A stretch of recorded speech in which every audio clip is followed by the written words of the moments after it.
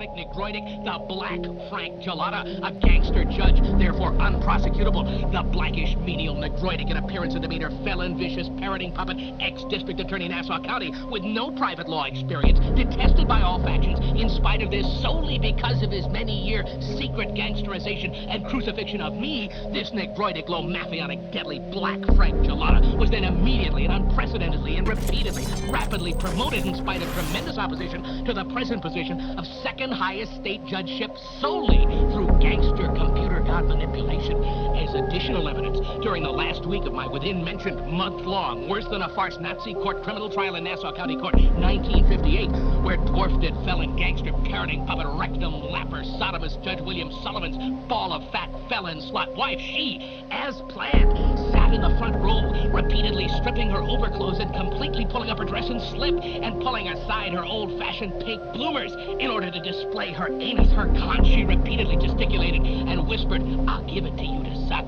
Finish him." Her husband's dwarfed-it felon gangster parroting puppet rectum lapper sodomist Judge William Sullivan, flushed-faced in repeated open sodomistic displays, stuck out his tongue, wiggling it, chuckling to her. "You hangman rope gangster felon parroting puppet scum on top playboys can watch my Frankenstein eyesight television playback of this felonious lowly sodomistic display by the felon sodomist Judge William Sullivan and his lowly felon slut wife during my trial in Nassau County Court.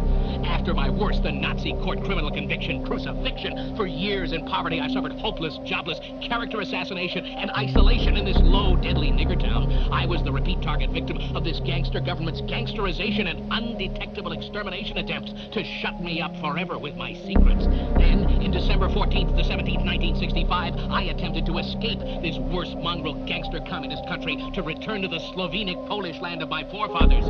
Instead, in a gangster-staged parroting puppet deadly conspiracy, I was flown from Kennedy, New York Airport at night to a small, distant St. Lawrence River estuary, snowbound small airport under the guise that I was in Warsaw, Poland. Immediately, many, many things proved this to me, including the two big white asbestos shingled hangars with the large Braniff Airways signs on their sidewalls, in addition to the many blurted statements I solicited from the many CIA deadly gangsters, the assassins of me, the many, many parroting puppets all around me. I demanded an immediate flight back to Kennedy, New York Airport. Instead, I was held captive all night later in chains. I refused both all food and requests I go to sleep. Then CIA police gangsters pretending to be Polish police with no identification beat me bloodily. Later, while my return trip 707 Boeing jet airliner was being serviced for my return trip, I quickly walked into the airplane and saw a CIA gangster with a small electric hairdryer type blower pumping deadly poison nerve gas smoke into secret compartments under the ashtrays in the arms of the chairs, where later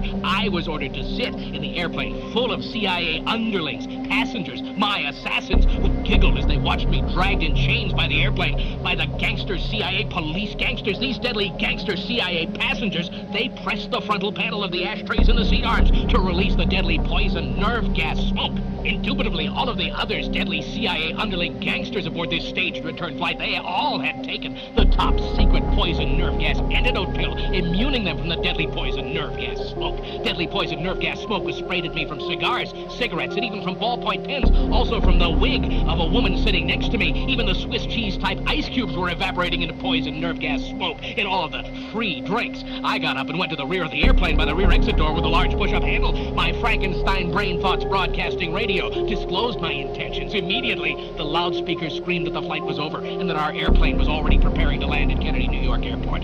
You hangman rope sneak gangster playboy scum on top know these facts are true, not only from taking part in such undetectable exterminations, but also you chicanerous, demented, felon, parroting puppet gangsters can watch my Frankenstein eyesight television playback of all these horrible, terrifying, deadly events. When I returned home, Joseph I. Deck, my only brother and deadly felon, murderer, and assassin spy agent against me for this gangster government, he beat me repeatedly, cursing me that I was not exterminated by all of the poison nerve gas smoke, and that I did the impossible in that I kept awake for 3 days and refused all food in order to prevent my sneak extermination. In accordance with the completely gangster computer god concocted and manipulated statutory laws, one of your gangster court's requisite duties is to automatically rehear my said appeal case because it has been brought to your attention, you... Good evening. Good evening. On this Tuesday night, rather, Wednesday morning.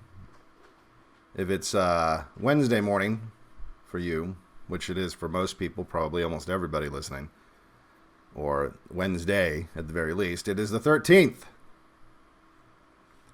Lucky 13. Lucky 13. So what happened in the last, 18 hours or so? Some pretty big news. You know, like Trump finally conceding. Trump finally conceding. And this was what basically it's going down almost exactly how I said it would yesterday. I mean, it just is. I'm not saying that to be like, oh, look at me, I'm a fortune teller. That's how it is. I said that essentially what would happen is he would very in a very Trump way, where he wouldn't actually concede, but he would, he would essentially have to at least take it a step further in the long drawn out concession process of the longest United States presidential election in history. And that's what he did. He went down to the border wall, because what he's going to do now, despite what everyone else is saying about, well, he's at the Alamo because he wasn't even at the Alamo. He was in Alamo, Texas, but he wasn't at the Alamo. But he's at the Alamo because that's symbolic of this. No. All these people that extrapolate all this ridiculous shit out of just mundane details is exactly why we have all these retards in the first place. But he was just in Alamo, Texas, because why? Because the wall, right? Because he doesn't want to go out as the president that went out kicking and screaming. He's got only a couple days now to try to set it up like the fact that I built part of a wall that's kind of a fence, and it's not really, doesn't mean by any means meet any of the descriptions I gave out during the election. But there's this big fence, and there's the vaccine. I made the vaccine. People said the vaccine was going to take forever. They usually test these things for years, but not this one. This vaccine was rushed right out to the market, and now we got millions of doses, and we're shipping them out with the military. They said it couldn't be done, but Trump got it done. And one of the things that he said, particularly, one of the things that really stuck out, if you will, was he referenced the Biden administration, not once but twice. He referenced the Biden administration, and in addition to that, he also said that phrase that I said on Twitter. As soon as I saw it coming from Melania, I'm like, oh, here it is. We're gonna have the flood of "it's time to heal. It's time for our nation to heal." And of course, he said exactly that. It's time for our nation to start healing. Come on, guys. Don't you understand? I was just kidding about all this, which, by the way, he didn't mention fraud once, which is another thing I said. He wouldn't say there wasn't fraud, but he wouldn't mention the fraud. And so this is what we got out of Trump. If I can play the clip here.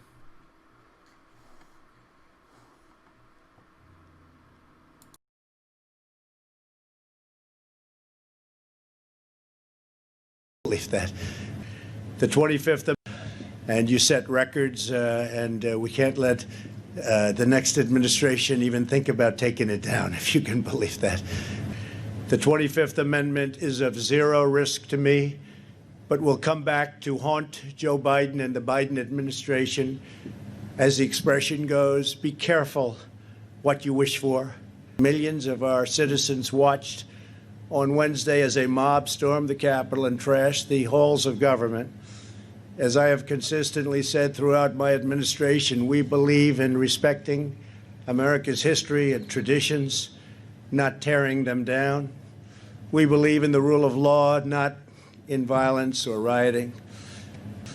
Now is the time for our nation to heal, and it's time for peace and for calm, respect for law enforcement, and the great people within law enforcement, so many are here, is the foundation of the MAGA agenda. And we're a nation of law, and we're a nation of order. So there you go. There you go. That is that's about as close as you're going to get a concession you're going to get right now. I'm still waking up. I was taking a nap. That's why I'm a little bit late. I slept at a really weird time and woke up. I was like, oh shit, I gotta get up and then one of the reasons I was sleeping, that was one of the reasons I was able to sleep, is it's because of this concession speech. Because now, at least now we know. At least now we know. And it's not a concession speech. And, of course, all the Q people they're losing their minds. And some of them saw the writing on the wall. One of the funniest clips, Adam Green tweeted this out. It was the amazing Polly. And this was before. This is before Trump essentially conceded.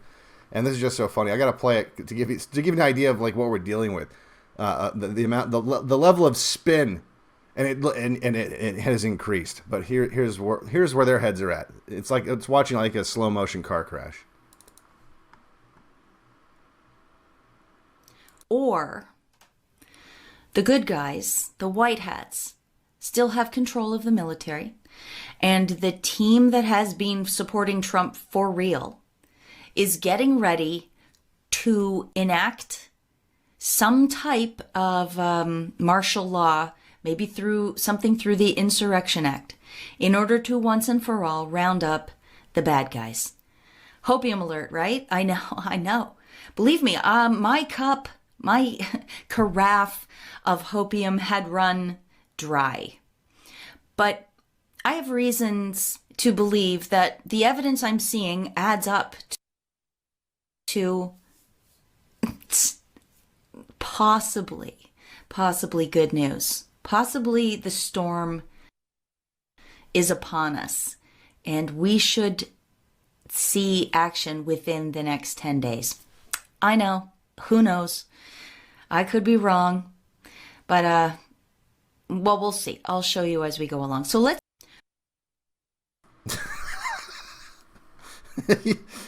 I mean...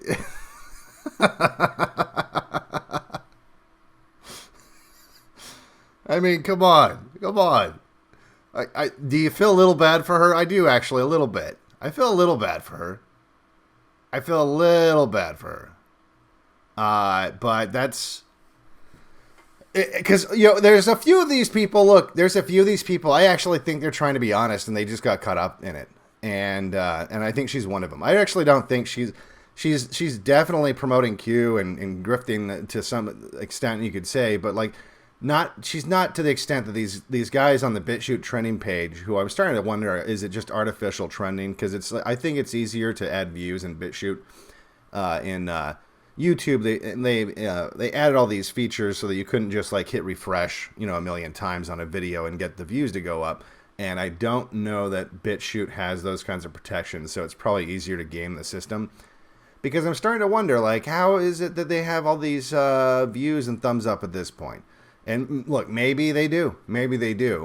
But even if you go and look at the comments on these videos, because I'm starting to think like, well, like, what are these people thinking? Like, how are they still?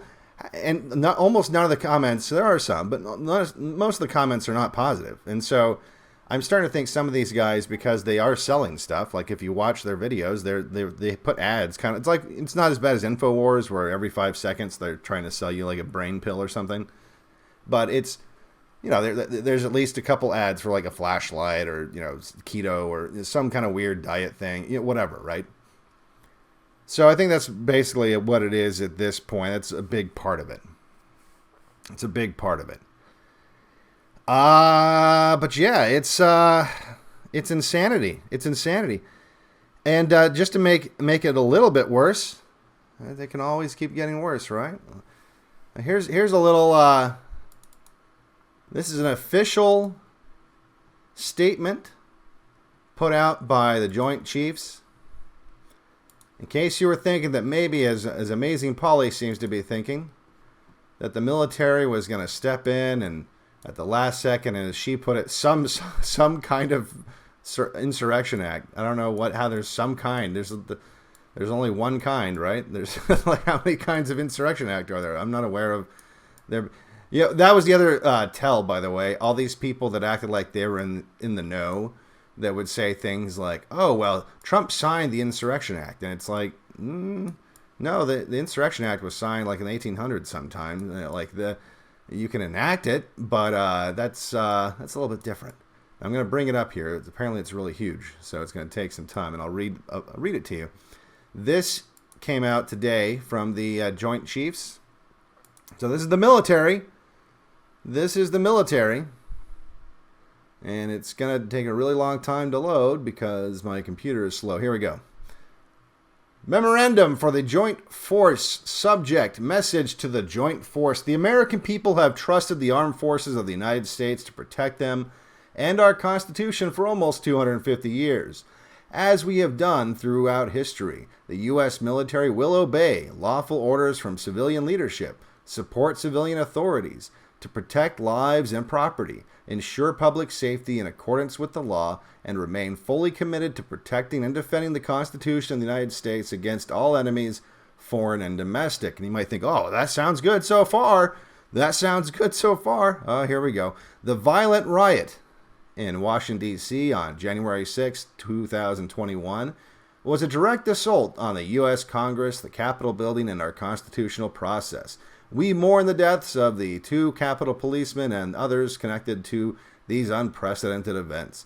We witnessed actions inside the Capitol building that were inconsistent with the rule of law.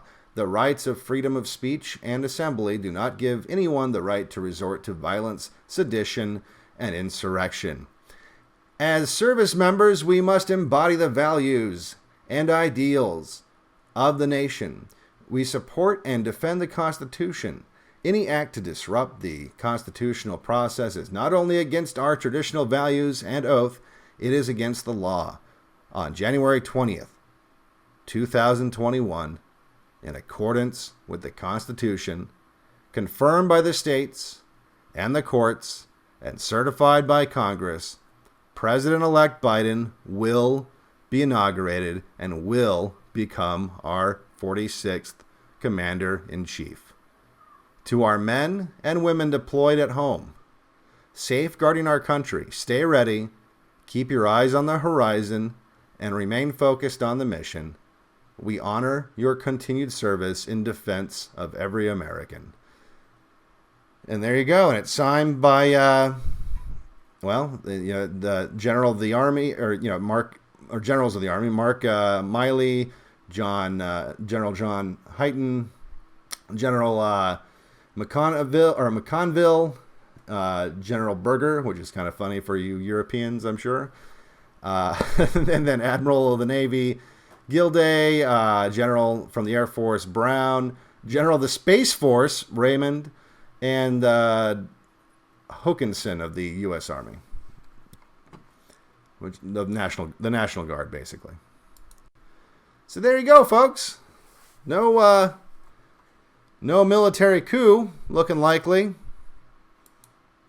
That's pretty much it. That's pretty much all she wrote. Gets a little bit worse, of course. It gets a little bit worse, wouldn't you know? Wouldn't you know?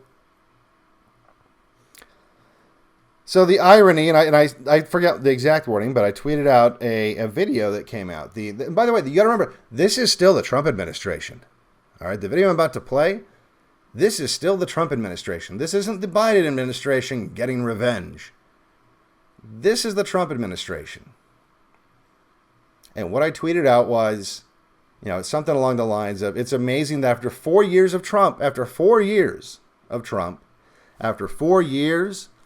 evidence upon evidence of the ruling class committing crimes, 4 years of evidence upon evidence of treason, of collusion, of every sort, every kind, of subversion,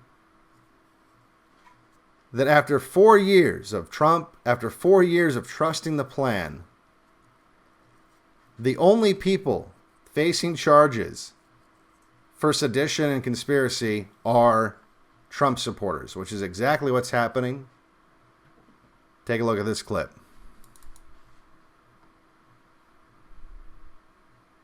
But what the public isn't familiar with is that the FBI, working with the U.S. attorney's offices across the country and the crux of those being in D.C., we're looking at significant felony cases tied to sedition and conspiracy. Just yesterday, our office organized a strike force of very senior national security prosecutors and public corruption prosecutors. Their only marching orders from me are to build seditious and conspiracy charges related to the most heinous acts that occurred in the Capitol. And these are significant charges that have felonies with prison terms of up to 20 years. You hear that? So they're going after the FBI that couldn't drain the swamp, the FBI that couldn't lock her up, the FBI that couldn't go after people that we've got committing perjury to Congress, like James Clapper on video. The people that actually have the power to do some damage, not some guy who might have done like $1,000 worth of property damage to the U.S. Capitol. You know, if you think of the in terms of the federal budget, like not even a drop in the bucket, right? Not those people, not people that were just so frustrated with their government they lashed out and got a little out of hand. And you know what? Also, not the people like Antifa, not the people that literally set up what they called an autonomous zone, an actual sedition, saying this is no longer part of the United States and occupied and took over a part of the United States. Not those people. Not the people that burned down city after city, month after month, looting, rioting, killing. None of those people. None of those people were getting investigated and getting 20 years thrown at them from Trump's FBI. It was Trump's FBI then. It's Trump's FBI now for at least a couple more days. No, none of those people. Nothing. But if you supported Trump and you trusted the plan and you did what you thought he wanted you to do, you're going to get 20 years. You're going to get 20 years. And in fact, one of the people they were tracking down that was one of the MAGA rioters, or I don't know, whatever you want to call him, was surrounded by police and killed himself today. And so the Trump body count increases. The Trump body count increases. Trump doesn't give a shit about those people. He really doesn't give a shit about those people. And so now DC, which another crazy, cute, hard take was Trump has now agreed to letting DC go into a state of emergency. Excuse me. Which allows them to essentially be occupied by troops, and I think it's more of a budget thing than anything else, but also like it's a jurisdiction thing, right? And people were saying, "Oh, look, that proves Trump's gonna, he's gonna use the military now to." No, they requested that he do it because he had to sign off on it. It's a lot of this is just people fundamentally understand how the nation works. So it's that's what we're looking at right now. We're looking at this. We're looking at this going on in the Capitol right now. I would not go to the Capitol right now. 5-1, 5-2, 5-3, 5-4. Let's go. 5-5, 5-6, 5-7, 5-8.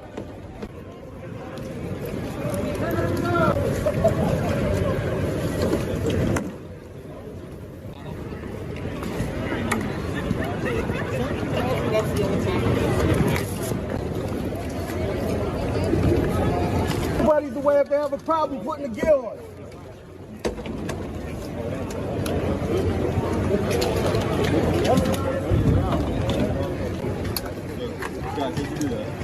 Do what? Tell me when you're up. Go on the face mask. Don't put it down. I mean, Greg, don't put it up.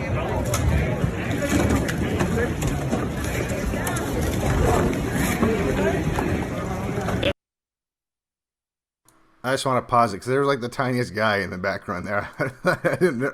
Look at the guy on the far left. He's like a little kid soldier. He's like a 12-year-old. See, look, a little midget soldier on the far left. That's probably a chick. I hope that's a chick. Like the tiniest little guy. We represent the National Guard. So anyway, whatever. I would not go to. I would not be going to DC anytime soon. So the other thing that we see, and this lines up. And look, I don't want to be one of these guys that tries to channel the energy of the Q people who are now kind of adrift, looking for like another crazy LARP to follow. Not at all. Okay, I want to be very clear that 4chan post that I was posting, it's just some random guy. He's not a secret agent. He's not divulging any kind of secret information. It's just an analysis from a random anonymous guy that made a post in October and got a lot of things right. And that's it. That's it. And one of the things that this person observed, or rather, I don't know, maybe you could say predicted, was that there would be a rash of white supremacist terror. White supremacist terror. And that this white supremacist terror would be used as a pretext to essentially get a domestic version of the Patriot Act passed, along with gun control. And both of which are already, the bills are already written. The bills are already written. Maybe we'll go over those tomorrow. But they're already written, and they're just waiting to be signed by President Biden. So they're ready to go. And the FBI sent out a alert claiming that there is going to be a second and third attack on the Capitol. Involving, and it sounded very science fiction-y. It almost sounded like they were afraid of like Skynet or something. There's going to be unmanned drones and there's going to be snipers and all this other stuff. And I'm just like, okay, whatever. But they're setting the stage. They're setting the stage. It's unfolding eerily, a lot like this guy had predicted, that there would be an attack. And I suspect that if there is some sort of supposed attack, whatever that might look like, chances are there's a good chance it's going to have a little bit of, I don't know, it's going to smell a little federal. You know, like the base. For those of you not familiar with the base, the base was like this made-up white supremacist group that the feds put together to try to entrap young white men and try to get them to say they were going to do violent stuff. And I don't know how many people they ended up arresting. I don't even think they actually did anything. But I think they ended up charging like 4 different people.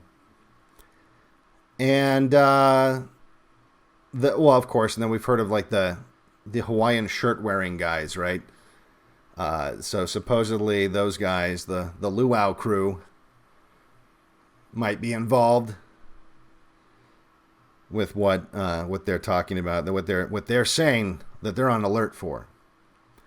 So again, don't be stupid. Don't get caught up in whatever trap is obviously set. And hopefully nothing happens. But if something happens, it'll be used as a pretext. Not that they even need one at this point, because they're just using the 6th for whatever they want. But they'll use it as a pretext to get their domestic version of the Patriot Act to really just legalize what they're already doing and make it easier to use the evidence that they already acquire illegally.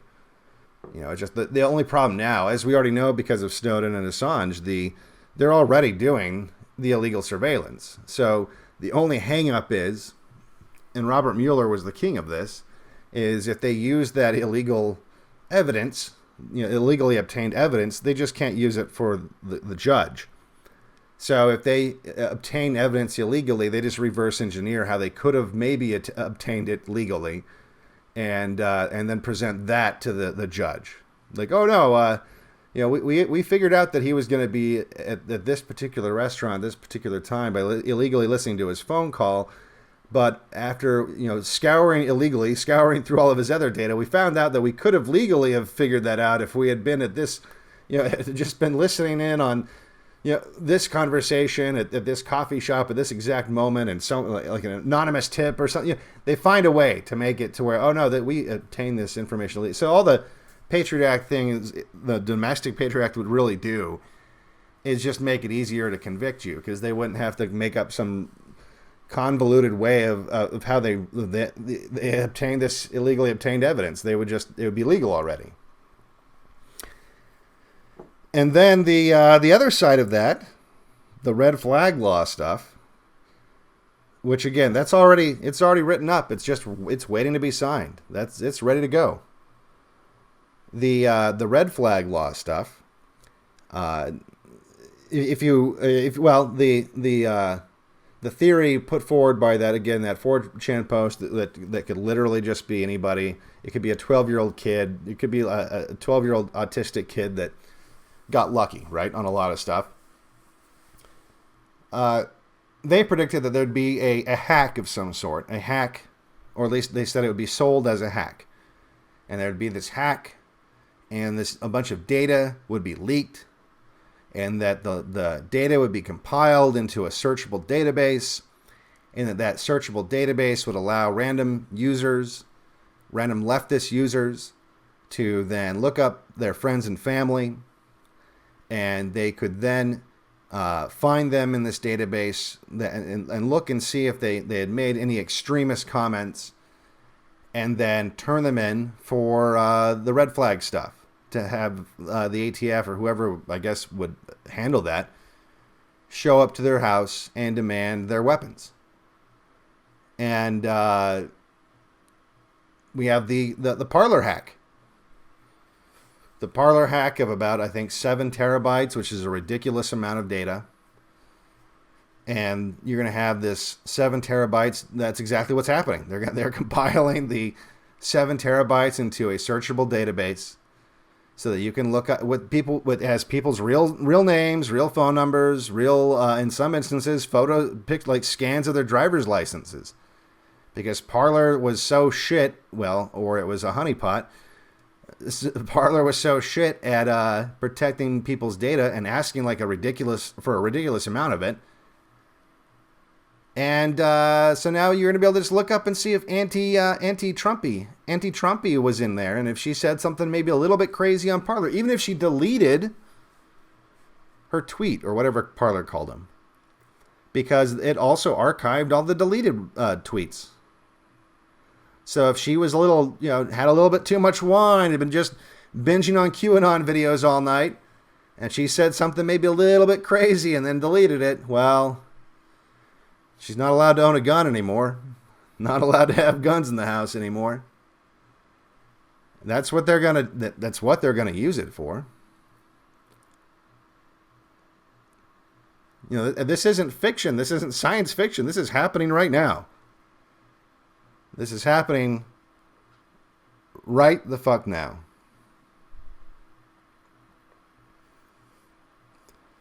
So that's the situation, boys. And I'm sure there's a few girls out there. That's the situation. Trump has thrown in the towel, and Q people are still clinging to some fantasy world version where this is still part of the plan. And some of the most egregious ones have already started moving the goalpost.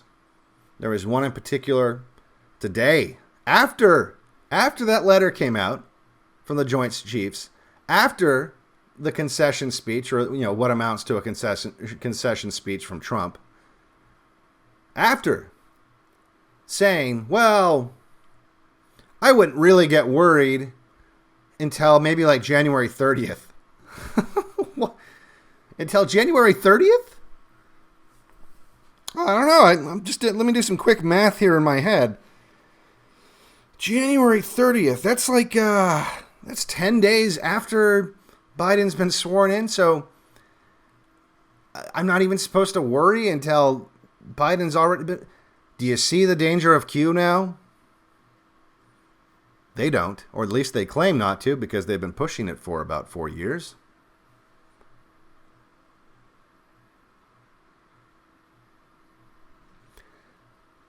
Trust the plan. Trust the plan. Trust Sessions. And there's so many times where Q was proven to be a fraud early on, and that it's a little bit, it's fascinating that it went on as long as it did. And it is going to be studied for maybe centuries, really. I can't imagine a more successful psyop. I really can't. You know, the Soviets did something similar. The Soviets did, in fact, I believe it used the term "trust the plan" in Russian, "По-русски." I don't know what "trust the plan" is in Russian, though. But they were worried that there were going to be disloyal generals and in the army that wanted to overthrow the Soviet government, and they made this psyop that's very similar to Q, that had basically all this like Fantasyland shit about like, oh, don't worry, there's this secret crew within the military and the higher ups that are all plotting and planning to overthrow the evil dictatorial Soviet government. And of course, obviously, that it was just there to pacify them. It was just there so they wouldn't organize. So don't worry, it's getting taken care of.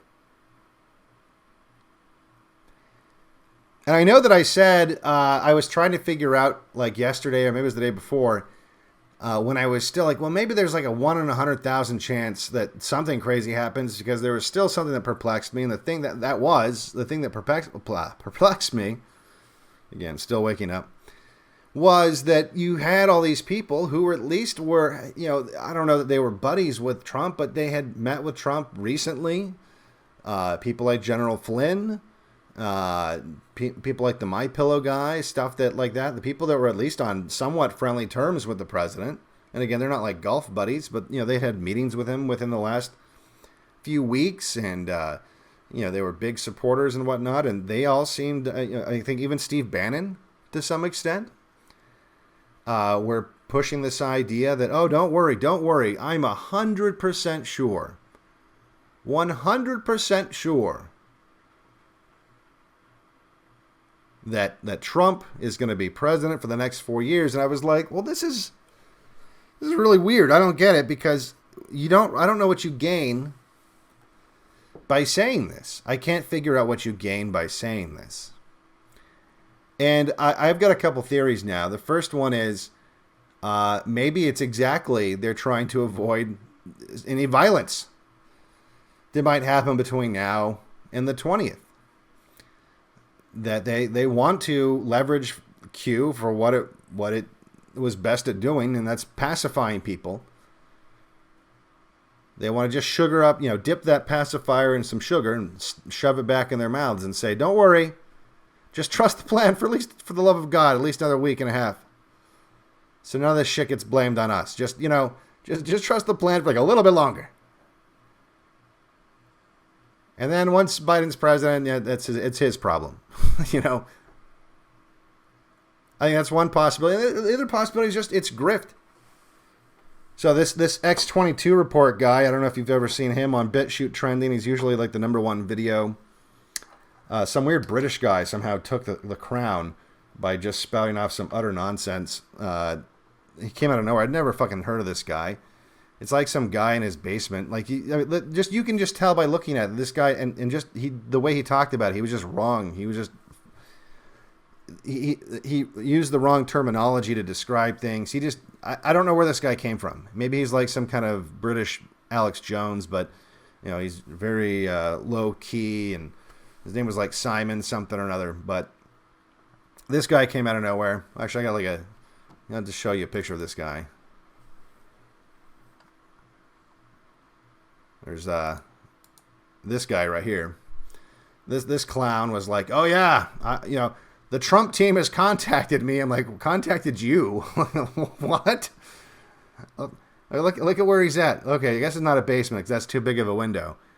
But I mean, look, you can tell that as soon as he's done doing this stream or this recording, he's going to get right back to like his Magic the Gathering collection, and or rearranging his Dungeons and Dragons figurines or whatever the fuck, right? But that guy somehow took the crown away from this X-22 guy and filled all these people with this crazy story. People are so desperate for some good news. They don't want to believe, because here's the thing. Here's the truth that they're all avoiding. I mean, part of it's easy to figure out. It's like that. Yeah, we're kind of fucked, right? We all rolled the dice. We rolled the dice.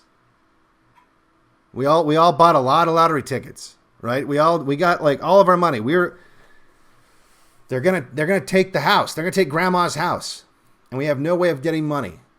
And the only long shot that we figured out on doing, well, how much money we got? They need $100,000. They're taking grandma's house, and all we have is like $6,000. That's not gonna do it. But if we buy 6,000 lottery tickets, maybe, just maybe, we'll get lucky. And we're at that phase now where they've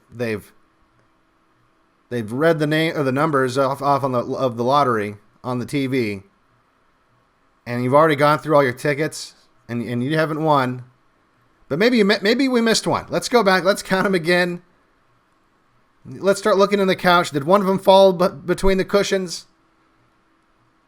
That's part of it, right? That we can't. No, well, I don't want. No, we tried so hard. We want grandma's house to. Oh, we're fucked. This can't be happening. Some of it's that, right? But some of it's just that. What does that mean about Trump? What does that mean about Trump?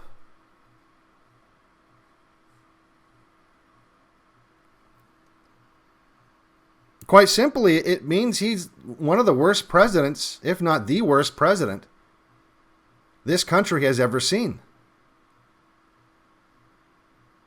He squandered a once in a lifetime, not even a lifetime,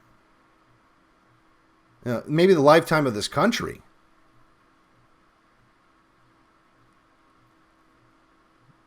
Certainly like a once in a century opportunity. To maybe. It wasn't even like a sure thing. It was just like if he tries really hard, he can turn this shit around. Doesn't seem to have tried very hard. Didn't lock up a single one of them, did he? Didn't even drain a drop out of the swamp.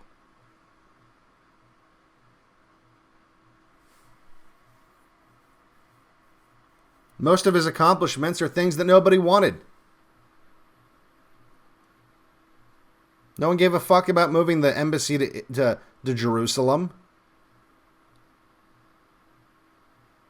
No one gave a fuck about the Golan Heights. I thought it was America first.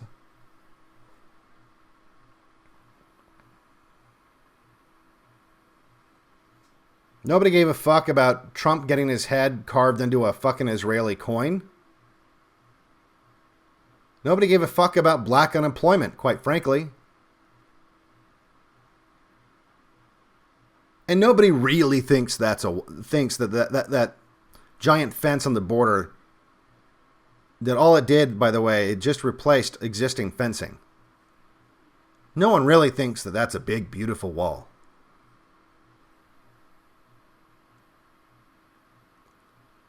No one thinks Hillary's locked up.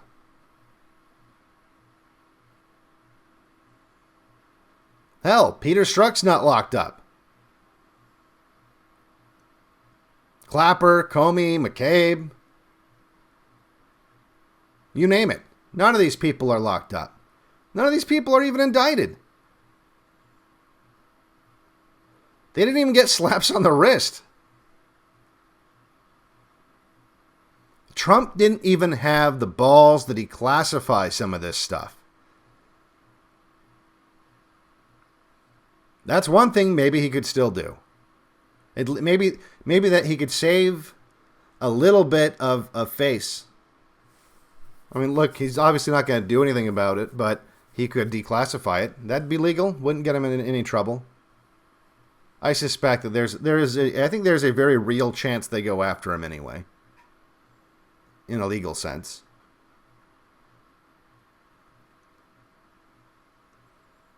But he might as well, fuck it, why not?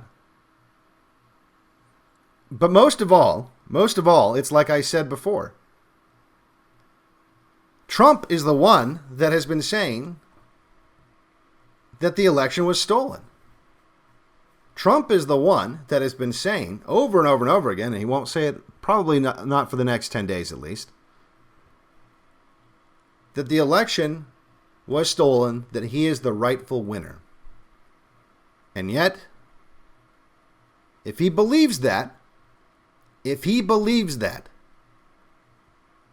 and he hands the keys to the White House over to an usurper,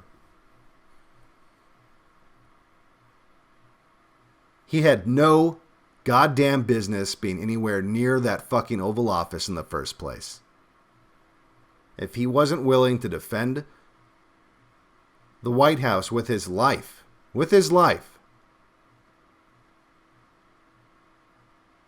from all enemies, foreign and domestic, he had no business being there in the first place. And he's a coward, and he's a traitor.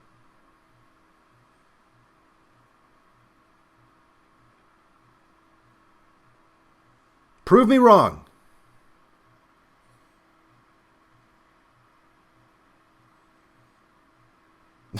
Someone said, defend it from Baked. Well, Baked Alaska was not in the White House, but yeah, I mean, hell, that would have been a good stream, right? Baked Alaska fist fighting with Donald Trump. Trump would probably get maced in the face, but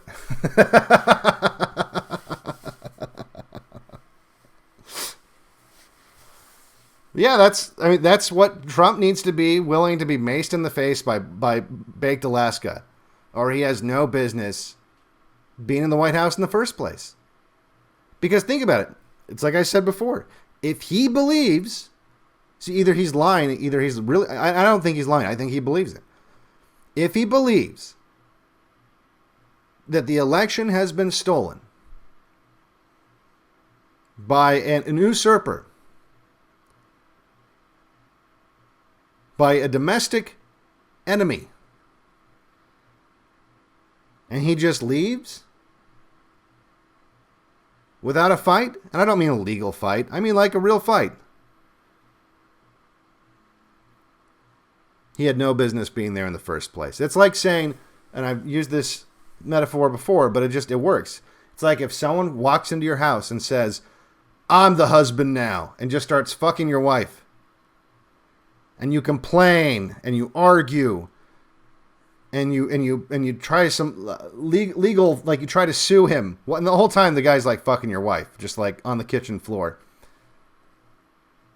And then eventually you've exhausted all peaceful means. Like you've pleaded with this guy and tried to make the art. You've shown him your marriage certificate. Like, look, no, you got your wedding album, and you're like, while he's fucking your wife, you're like flipping through the pictures. Like, no, see, like this is my wife. This is our wedding day. That's me. I'm wearing, like we're at Trump Tower, and I've got my tuxedo on, and the whole time the guy's just like fucking your wife, and he doesn't listen. And eventually you run out of arguments, and you don't know what else to say to the guy, and so you're just like, oh well, I guess you are the husband. And then you just walk out. That's Trump. Prove me wrong. How is that not Trump? If he believes he's the rightful president and he just walks out like that, he doesn't have the courage to be president. Fuck, I would say Biden takes more balls to just steal the election outright like that and brute force the guy out and just fucking take it from him right in front of him. That takes more balls than anything Trump's been doing.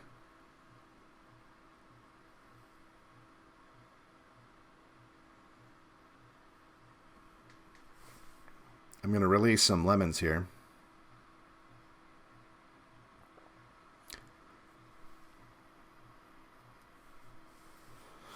Someone says, what can he do? Look, I'm not saying that he'd win. Maybe the guy that broke into your house and is fucking your wife, maybe you're not going to win a fight with that guy. Maybe he's like 3 times your size and has a gun or a knife or whatever. But you try. You try. And maybe you don't. Maybe you go down swinging. But you try. I'm not saying that Trump would have any options that would have ended with him not being in jail. Or maybe even dead. I'm just saying, if you believe what he says he believes, and you leave after just, complaining and showing the rapist your wedding photos and, everything else, like you if you've exhausted all the reason, using just reasonable arguments, hoping that you'll be able to get through to the rapist while he mid-rape, that you're going to get through to him on a rational level. If that's all if you're just like, oh, I guess those are all the options available to me, I might as well leave. He's pretty strong looking. I might get hurt or worse. So I'll just let him rape my wife. Hell, your wife's probably going to be happy you left. Maybe that rapist ain't so bad after all, she's going to think. Now, of course, in this instance, that's not the case, but you know what I mean? That's, you can't deny that that's the reality. Worst fucking president ever. And look, he's funny. I'm not saying he's the worst guy ever. I would love to hang out with the guy. If nothing else, just to kind of figure out to satisfy some of my curiosity about what he's really thinking about all this shit. But even just, aside from all that, he seems like he's probably a fun guy to hang out with.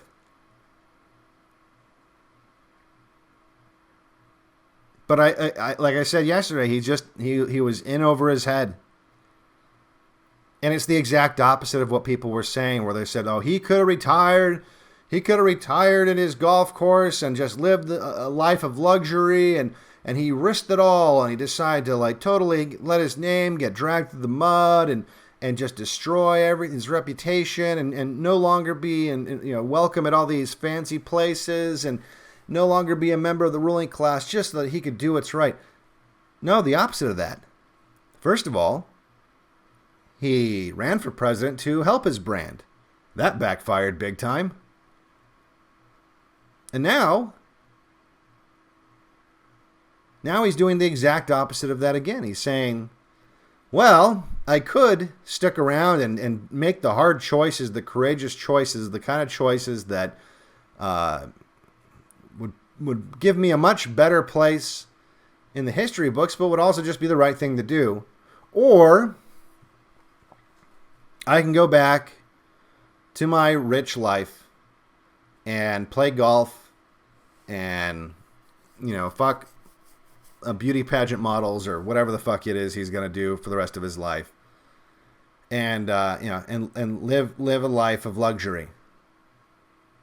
And that's what he picked. He picked that over doing the right thing. Prove me wrong.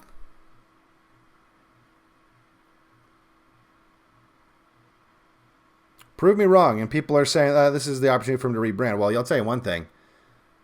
They're going to have to rebrand. His Trump properties, I guarantee you that name, the big golden Trump name, is probably not going to be as visible in the future. They're going to have to rebrand absolutely.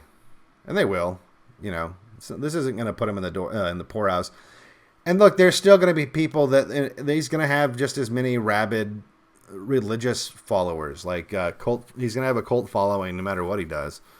That'll love his brand, but that's going to be the minority. And I think more and more people are going to come around to they're going to either hear what I'm saying or what other people are saying. They're going to have, not everybody, but some of the people, the aura of Trump is going to wear off, and they're going to realize what I'm saying is true. He squandered it. Everyone who risked, put their lives on the line, some of whom died. People died for Trump. People lost jobs for Trump. People lost relationships for Trump. I told you I lost a relationship. I lost a lot of money. But I'm not unique. There's thousands of people that lost, and maybe not even just romantic relationships, but relationships between brother and sister, between employee and employer, between mother and daughter. There are people that risked that which was most important to them, just for the remote possibility that Trump might do the right thing.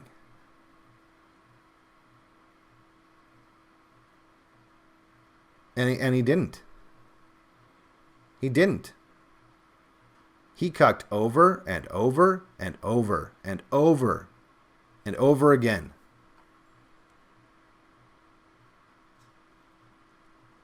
It was non-stop cuckery from this guy.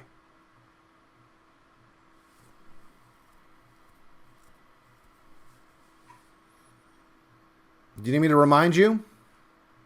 Here, in case you think I'm exaggerating, this hasn't been updated. This was, I think, I made this in 2017. You want to see some of Trump's greatest hits? Have a look.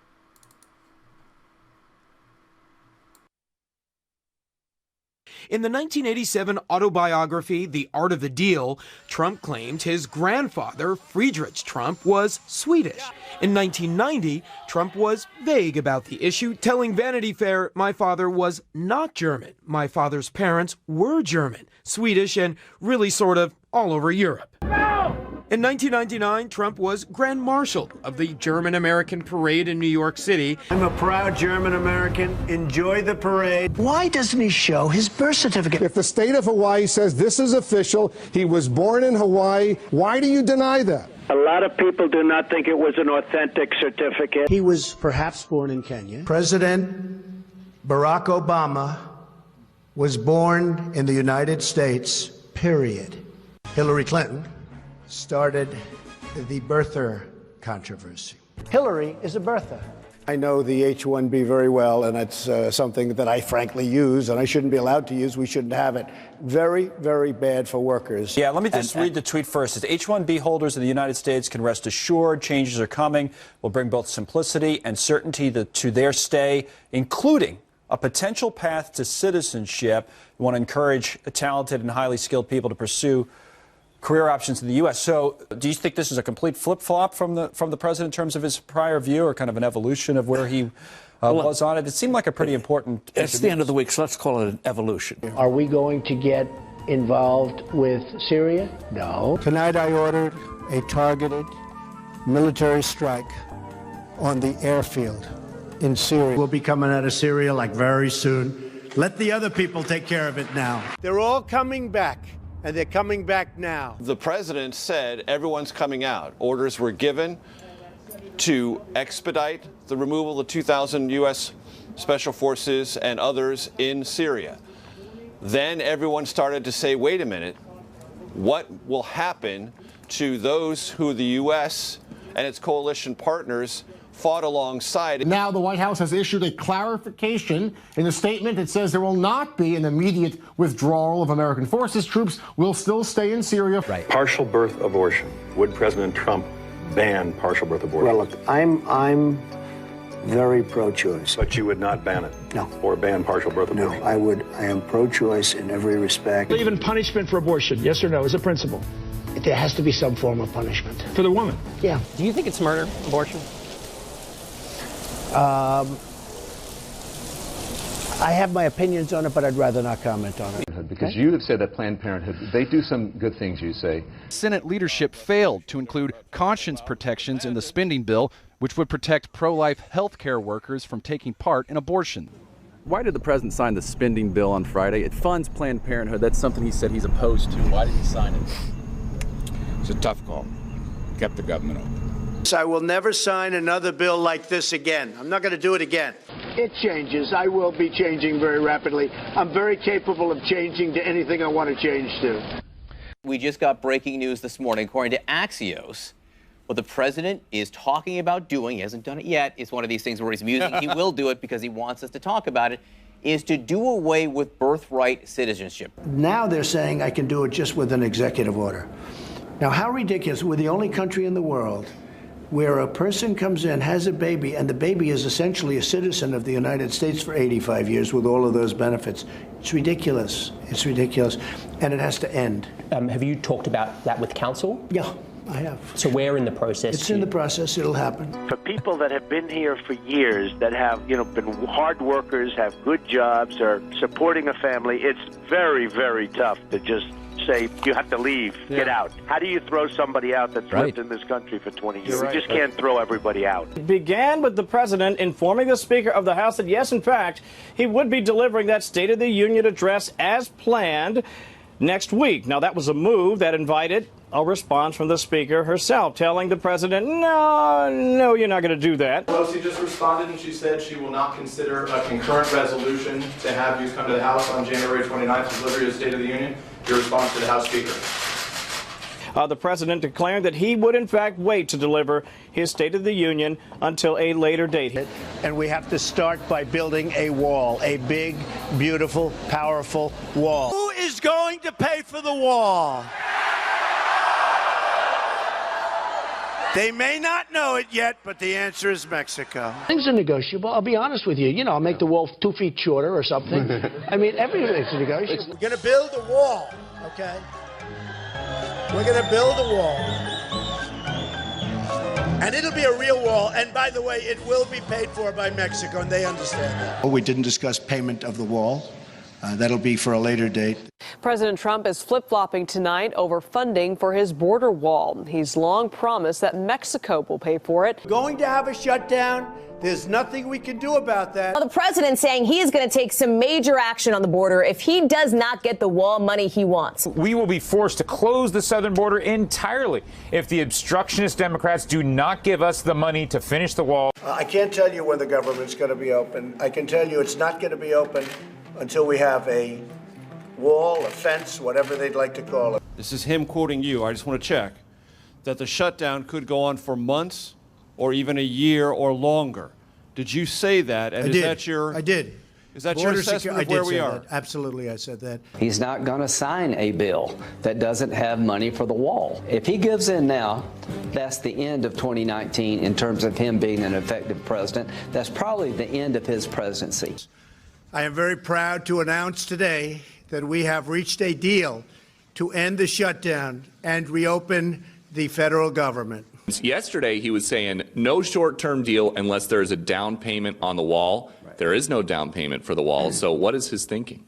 The best way to get this thing to conclusion is open up the government. After last week ended with a remarkable cave on his demand for a border wall, today House Speaker Nancy Pelosi extended an invitation to the president for his State of the Union speech, announcing the new date as February 5th. I want people to come into our country in the largest numbers ever.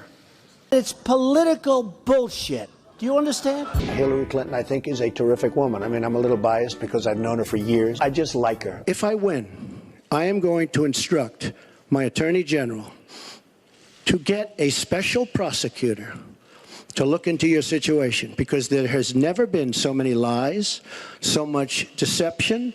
There has never been anything like it. And we're going to have a special prosecutor. When I speak, I go out and speak. The people of this country are furious. In my opinion, the people that have been long-term workers at the FBI are furious.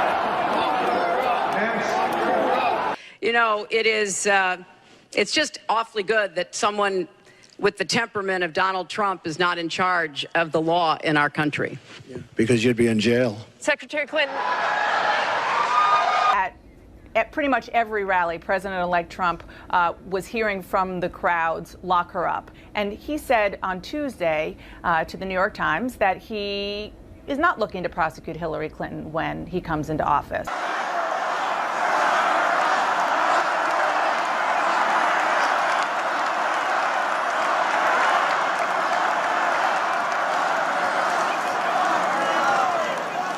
You got to speak to Jeff Sessions about that. Look,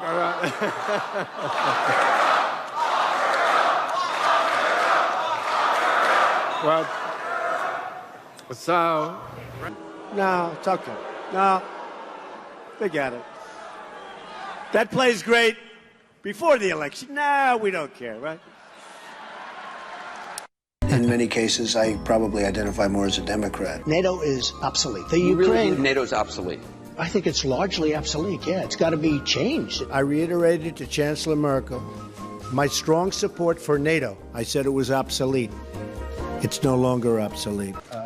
Once again, full faith and support for America's intelligence agencies. I have a full faith in our intelligence agencies. Well, we're going to get infrastructure. Infrastructure is the easiest of all. Infrastructure is going to be starting right after the midterms. I hate the concept of guns. So, big Second Amendment. We're all heavy on the Second Amendment. This morning, we also completed the process to issue a new regulation banning bump stocks. Now, wait. You can't do it through an executive order. My father. Ivanka feels very strongly. My wife feels very strongly about it. I feel very strongly about it. We're going to keep families together, but the border is going to be just as tough as it's been. Liberal on health care. Universal health coverage. I like universal. As far as single payer, it works in Canada. It works incredibly well in Scotland. I will ask Congress to convene a special session so we can repeal and replace. And we will do it very, very quickly. I never said repeal it and replace it within 64 days. I have a long time. We'll just let Obamacare fail. Everybody's got to be covered. This is an un-Republican thing for me to say. Universal health care. I am going to take care of everybody. Who pays for it? The government's going to pay for it. What do you think of eminent domain? I think it's a wonderful thing. I'll be honest with you. Very few complaints the way it is. People go, they use the bathroom that they feel is appropriate. There has been so little trouble. So if Caitlyn Jenner were to walk into Trump Tower and want to use the bathroom, you would be fine with her using any bathroom she chooses? That is correct. I really believe the Republicans are just too crazy right. I mean, hey, I lived in New York City and Manhattan all my life, okay? So, you know, my views are a little bit different than if I lived in Iowa, perhaps. We never do anything right with China. I was very impressed with President Xi. I will absolutely give my return, but I'm being audited now. Well, I'll know. Well, look, as I've told you, they're under audit. They have been for a long time. They're extremely complex. People wouldn't understand them. And if they don't stop them, we're closing the border. They'll close it, and we'll keep it closed for a long time. I'm not playing games. If they don't, and I'm telling you right now, we will close the damn border. Closing down the border would have potentially catastrophic economic impact on our country. We're going to give them a one-year warning, and if the drugs don't stop or largely stop, we're going to put tariffs on Mexico and products, in particular cars. And if that doesn't stop the drugs, we close the border. I don't think we'll ever have to close the border. Though he tried to walk back his one-year deadline within the span of a day. So the border stays open at least for a year? No, I didn't say that. We would start with the tariffs, and we'll see what happens. Saying, remember, it was the Republican Party, with the help of conservatives, that made so many promises to their base, but didn't keep them. Donald J. Trump.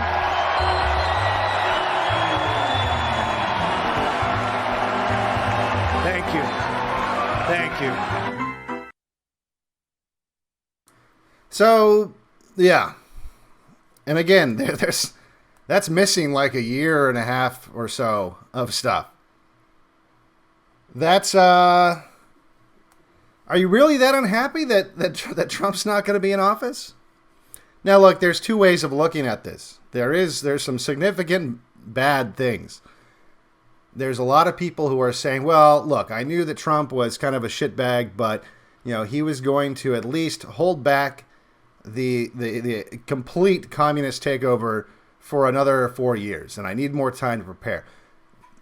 look, was he? Maybe. I don't know. I guess you could say that maybe. But in that case, it really didn't matter if it was Trump. It probably would have been better if you had Jeb in that case, because, or someone that could get reelected, someone that didn't threaten the deep state so much. Because at that point, you're just asking for any other Republican. Because every other Republican, they do exactly that. They don't actually move anything over to the right. They just slow the progress. Progress.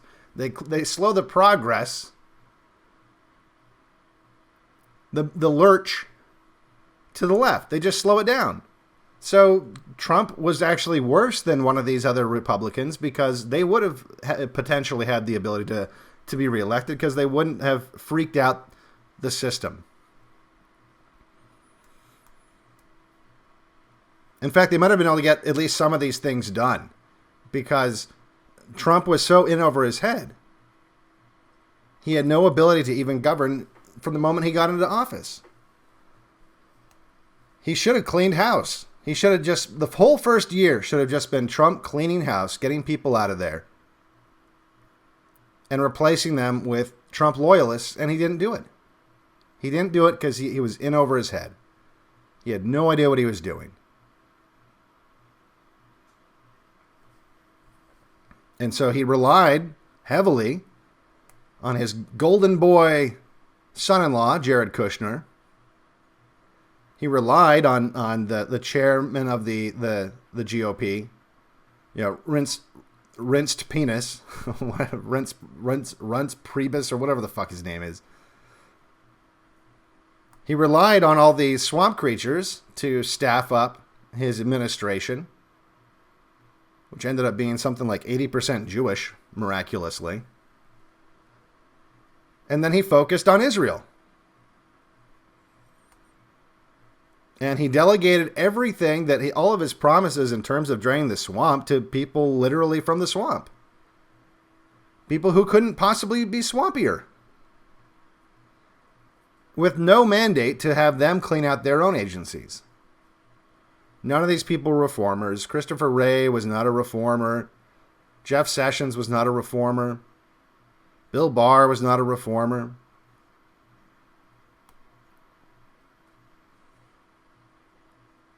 He was in over his head. He was not up to the task. He was in it to improve his brand. And the great irony, just like his supporters, the great irony was that his brand is now completely and utterly demolished. Just like his supporters who wished upon wish they were so desperate to believe that something would happen. They ended up clinging to some weird thing called QAnon for 4 years straight and believed some of the most ridiculous narratives and lies. Because they wanted so desperately to believe this. And at the end, it's the QAnon people who are going to be facing charges of sedition and conspiracy. More Trump supporters will be drained by the swamp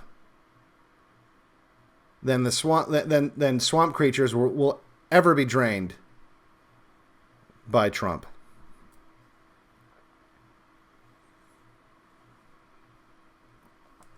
So that's that, ladies and gentlemen.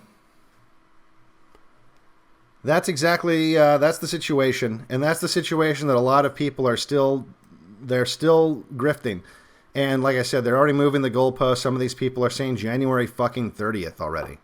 30th. And I suspect, like they're more intelligent.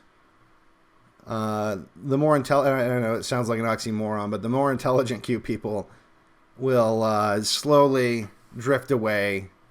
But even some of these grifters selling you flashlights and keto pills and comic books and the like, they're still going to have, just like Trump, there's going to be people that doesn't matter. Trump could go down the street shooting people in Manhattan and people would still vote for him. Apparently not enough, but still some. And so yeah, strap in. So what we got to worry about now is, yes, it is going to be a Biden presidency. Yes, they are going to be coming at Trump and Trump supporters with a vengeance. The people on the left are equally as fanatical as the Q supporter or the Q people. It's just they're coming at it from an exact opposite delusion. In their delusion, and look, that it's permeated just as thoroughly, if not more so. You have, in fact, on the left, you've got celebrity support. Like, in terms of on the right with the Q stuff, you didn't really have, celebrity support. You didn't have popular support. You had people that were, whatever, big names in the Q movement and whatever. But the leftist version of Q, if you will, which you could just say is just, they're all on the same page. They're all Q-tards on the left. Maybe we call them C-tards. Because they're communists. But they're all about the delusion, the Trump derangement, Trump derangement syndrome, which the Q people suffered from, just 180 degrees out of phase. So they're just as deranged, if not more so. And the difference is they've got power and they get shit done. And they're mad because for 4 years, they think Orange Hitler has been in charge. And they think that everyone wearing a red hat wants to commit genocide. And not only are they willing to, and they're very comfortable with, using violence, the FBI does not hunt them down and charge them with conspiracy and sedition when they do. The FBI kneels and claps as they march through the streets with clubs, with shields, with masks on, with Molotov cocktails in their backpacks.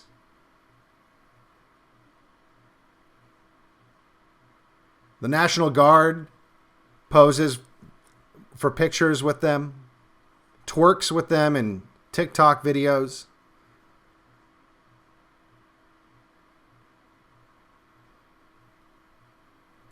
The Capitol Police stand by with their arms folded and watch as statues are pulled down, as American flags are burned.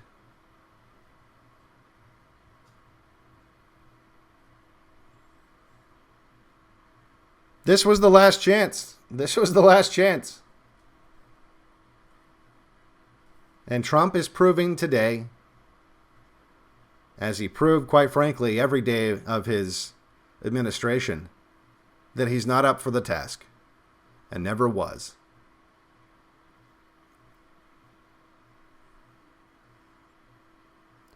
Now, the silver lining is, because Trump, as I just played that video, because Trump really wasn't on the right in the first place, a lot of the right has been mutated and kind of disfigured to fit within this frame of MAGA. This pro-gay, libertarian, a private company, monitoring the situation, all caps, law and order, unfulfilled promises, pandering to blacks, the Platinum Plan, black unemployment, Hispanic unemployment, never mentioning white people ever. That has been the ideology that has been, or the boundaries, rather, that the right has been able to operate within. and still and not go outside. That's the sandbox they've been allowed to play in. And the second you say something that Trump wouldn't say, or maybe it's even contradicting something Trump would say or Trump has said, the NPCs, which look, they're just the vast majority of people on the left and the right. Yes, the right has its NPCs too. In fact, they have a lot of them. And I would say an equal ratio. The Trump bots, the MAGA-tards, the whatever you want to call them, the NPCs on the right, the second you say something that contradicts Trump's philosophy, what, so you like Joe Biden? You like Joe Biden? Because that's how an NPC thinks. It's just a light switch brain. Well, if you don't like everything Trump says, you must like Joe Biden. Blah, blah, blah, blah. And so you're limited to if you oppose the policies of the de facto patriarch, who is Trump, at least for now, for a few more days,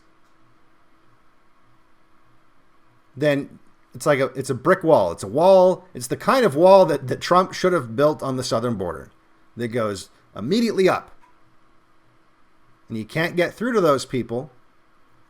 And so you end up just being stuck with talking to the I've talked about the 80-20 rule, right? 80% of the country, whether you're on the left or the right, they're just riding the coattails of the other 20%. And they're NPCs. Excuse me. And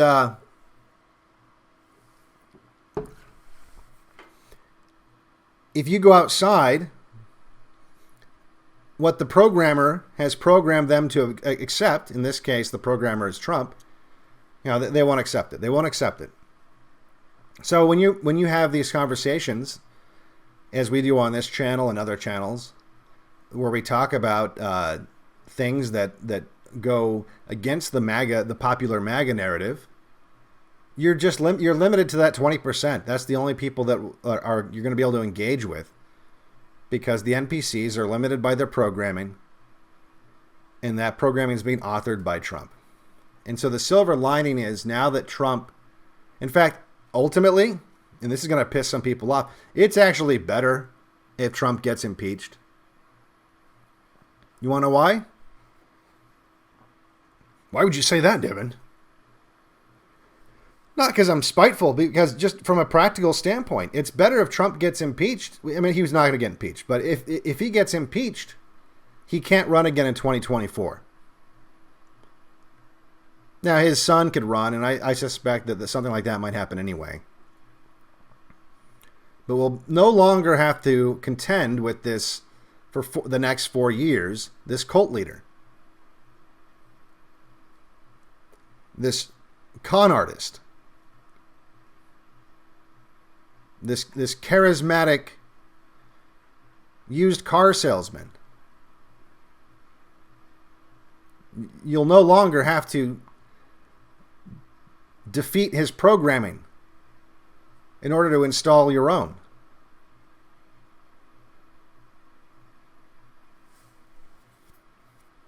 So it's almost better if he gets impeached. In the short term, it would bolster these people. They would go, oh, look, they attacked Daddy Trump. They'll take it personally. There'll be some backlash. But he won't. At least we won't have to worry about him saying he's going to run in 4 years. Now, I don't think it really matters. In fact, even if he could run even if he runs in 4 years, I don't think that he could win the general. That was part of the point of Trump too. It was just demographically, everything's changing enough to where he was going to be the last chance, not just from the standpoint of, culturally we're disintegrating, all these bad things are happening, but just, again, practically. In 4 years, the demographics changed significantly. Do I think there was fraud? Absolutely. Absolutely. Do I think fraud changed the result? Yeah, probably. Probably. I haven't seen the hard evidence, but I've seen enough circumstantial evidence, stunning amount of circumstantial evidence, to where I think that's absolutely probable and most likely the case.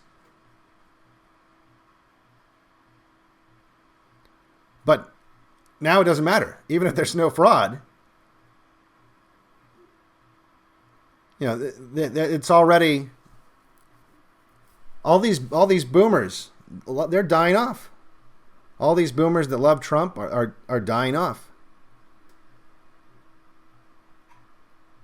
And the demographics are changing wildly. I think in 26 states, white people are below replacement on birth rate. And whereas Hispanics and blacks and even Asians, all of whom vote in large degrees, more so for Democrats, every election. All these groups are well above replacement. So you just have that. But the immigration hasn't changed. We're still importing people by the millions. And these people vote in very large degree for Democrats.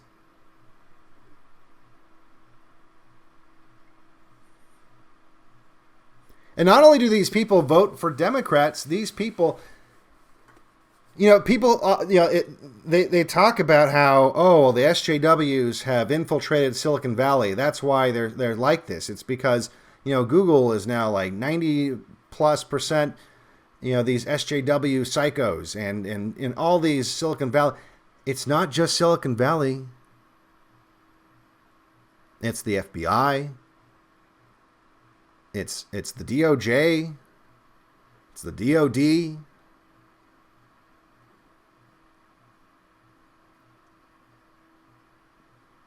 All these agencies have staffs that ideologically are identical to the staffs over at Google, Alphabet, Facebook, whatever.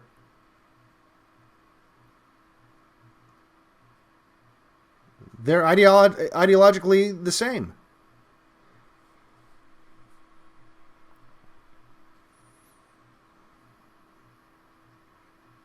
The takeover is already done. It's already done. It already happened. You already lost your country.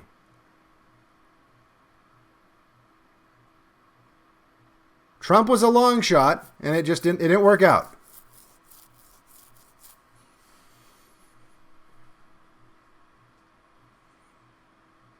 And so now you have to you have to use different strategies. You can't use strategies that look, I was going to say that worked before. They obviously didn't work before. So you need to use different strategies anyway. Because what you were using before didn't work at all. And now that the game has changed, they're certainly not going to work. They're going to work even less. Now, here's where I get fucking tired of people like, I say all this, and look, people know what I'm saying is true. You all know what I'm saying is true. And what's always the response? Oh, so I should just slit my wrist and just... Yeah, well, yeah, actually, if that's where your head goes, if that's where your mind goes after hearing this shit, oh, I should just crawl into bed and just never get out and just fucking... Yeah, do that, dude. Because we don't need you. If that's how you respond to crisis, yeah, absolutely. I don't want you next to me when things get crazy. Because if you're just going to fucking crawl in a hole and die, I can't fucking depend on you. Yeah, get the fuck out of here. End yourself. I don't want that. I don't want that around. Yes, do that. Please, do us all a favor. Get the fuck out. If that's your natural instinct, oh, well, if Trump's not the God Emperor, I should just, jump off a cliff. Yeah, if that's what you think you're supposed to do, follow your dream. Trust the plan. Get the fuck out of the way, dude. You're not helping. Well, how are you helping? You're just trying to blackmail everybody. No. If you guys had listened to me fucking four years ago, maybe we wouldn't be here right now, huh? Maybe if you guys hadn't been just fucking trusting some make-believe plan for the last forever, we could have put political pressure on Trump and guided him. Maybe, look, maybe Trump was surrounded by all these people backstabbing him, and because he's just like some out-of-his-depth, incompetent boomer, he had no idea how bad it was. Okay, well, how's he going to know if you're not going to his rallies and booing him when he talks about the Platinum Plan? When booing him when he says, oh, I was just joking about locking her up. That played well before the election. Now we don't care. If the entire stadium had just started booing him, oh, all of a sudden he might care. But no, there was just too much denial. There was too much. The stakes were so high, and the people just don't have the stomach for it. You know, which, by the way, that's why it's the same people. That the same people that trusted the plan are the same people that are like, oh, what? So I should just kill myself? Yeah, you should. You really should. We don't need you.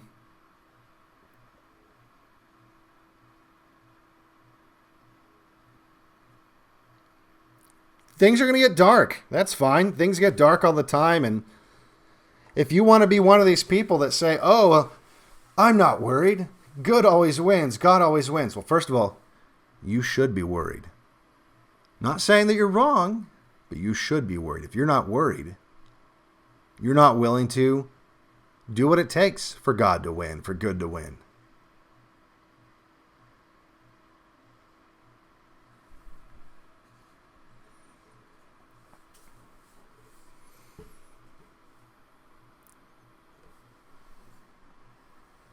You need to be worried.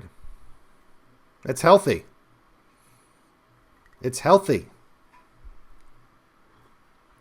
Now, again, like I said, if you just want to crawl into the fetal position and just die, all right. You know, nice knowing you. We need strong people. We need people that can handle the truth and face it and come up with solutions. Not people that outsource all of this to some imaginary fucking cartoon character on the internet.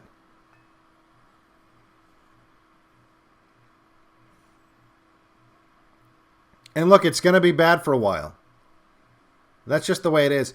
What we got to watch out for in the immediate is you got to remember that there's almost no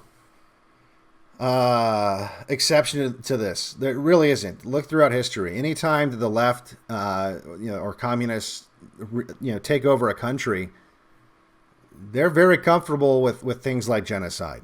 That happens all over the fucking world, and it's just, look, they're.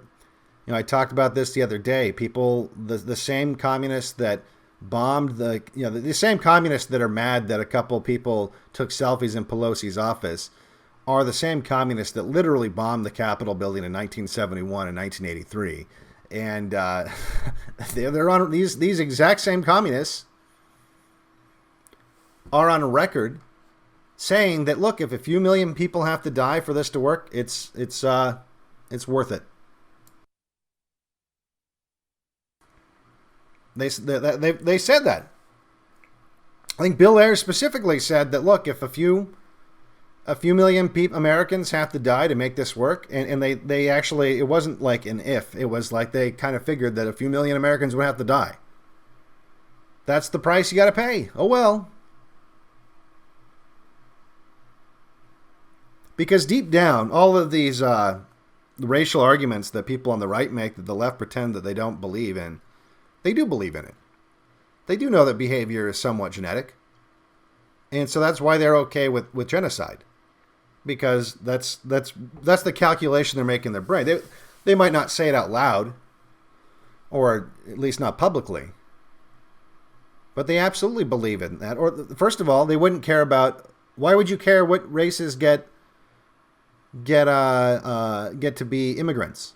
right? Like, why would you fight so hard to pick immigrants from certain countries? You know, like they did with the Hart-Celler Act in 1965. Why would they fight so hard to change the immigrants that were largely coming from Europe to immigrants that would be coming largely from Mexico, India, Africa? Why would Asia? Why would you make that change? Why would you fight so hard to make that change? Because you know that voting patterns and behaviors are genetic. Not 100%, but by and large, there's a large influence. Your genes have a big influence on that. And so they know that, okay, in order for us to really implement this, we need everyone on board. Which is, by the way, that's one of the reasons why communism never works, because you need people to all want to do it. It's impossible to enforce it 100%. And so you need at least as many as you can to be on board, or it collapses immediately. And so if you have people who are genetically just predisposed to, like, you know, they're freedom-centric people or whatever you want to call it, they're just not compatible. They're not compatible with your operating system. You got to delete them. Or they're just going to cause problems and take up space on your hard drive. That's how these people think. And if they have to delete a lot of old files that they don't need anymore, a lot of old programs that aren't going to be compatible with the new operating system, so be it. They got to do it for it to work. They have no problems with that.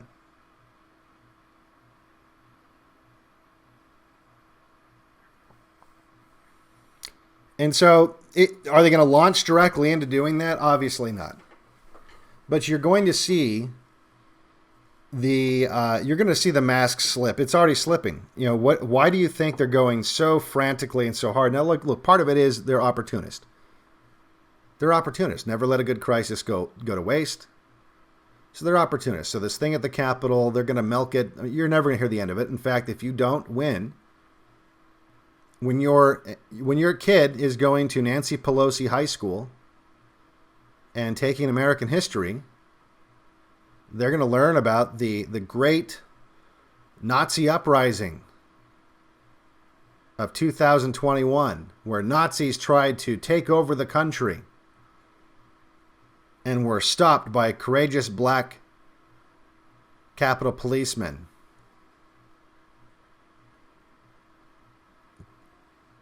There's going to be movies about it. Either way, there's going to be movies about it that are exactly, that's going to be the storyline of at least, 10 movies over the next few years.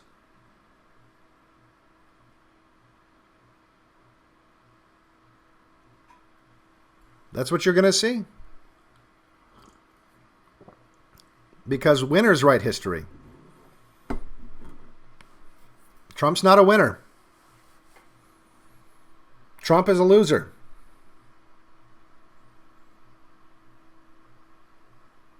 So that's how the history books are going to depict him, along with all of his supporters.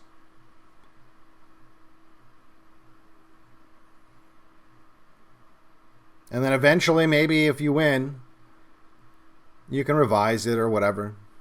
But that look, it's not you're going to be long dead before that happens.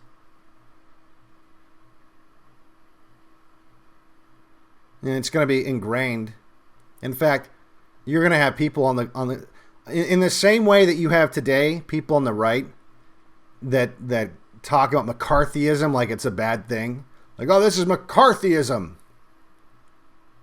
Newsflash, McCarthy was right. This is McCarthyism. And they'll keep saying that, even though we know now, smart people know now, McCarthy was right. Forever his name is tarnished now because the commies won.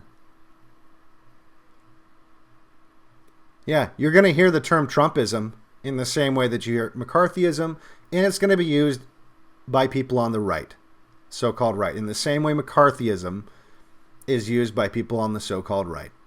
Because the people on the right let the left make the rules. And then they play by the left's rules, while the left keeps changing the rules to fit their agenda at all times, and the right is always playing catch up and always losing.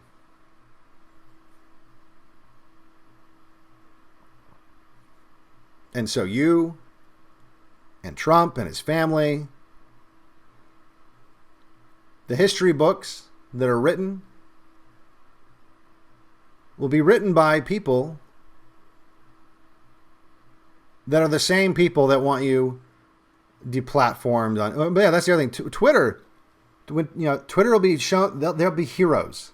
There'll be a scene. I guarantee you this. When there's the movie about it, there'll be a scene at Twitter HQ where like some concerned, tranny, in a wheelchair is going to wheel up to Mark Zuckerberg and say, "Sir, I think he's going to try to call up a fascist MAGA army to come in and kill all the gays."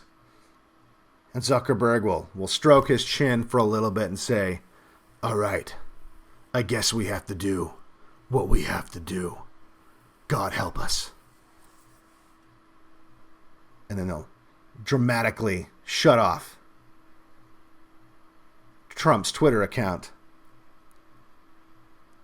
And they'll have saved the day. That's how it's going to be portrayed in movies. And that's what people will believe because they're, again, 80% of the public, they're just NPCs, and that's the programming they're going to receive. If you don't homeschool your kids, that's the programming your kids will get.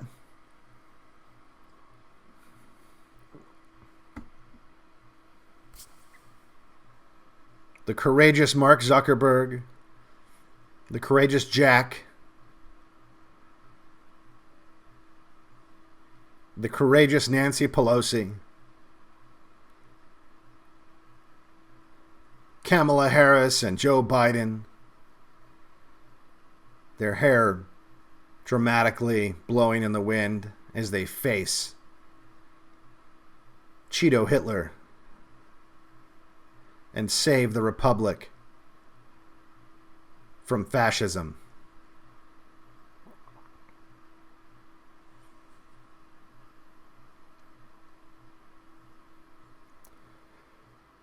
So we'll see how long Biden is actually president. Speaking of that,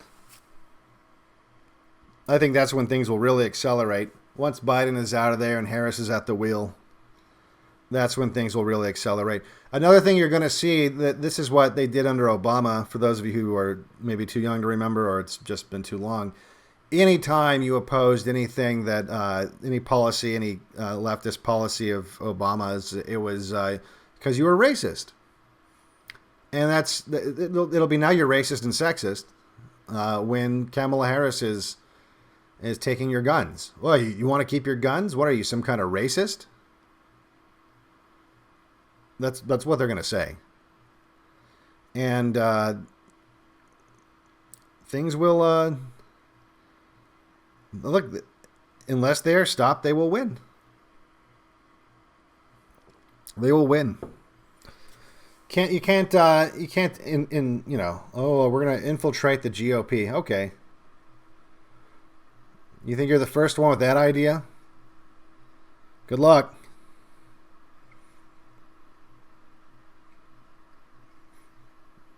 No, Trump was a failure. And there is no political solution like that that's going to work. I mean, do they use political solutions? No. Really? I mean, do they use political solutions? Of course not. All right, let's take a look at chat.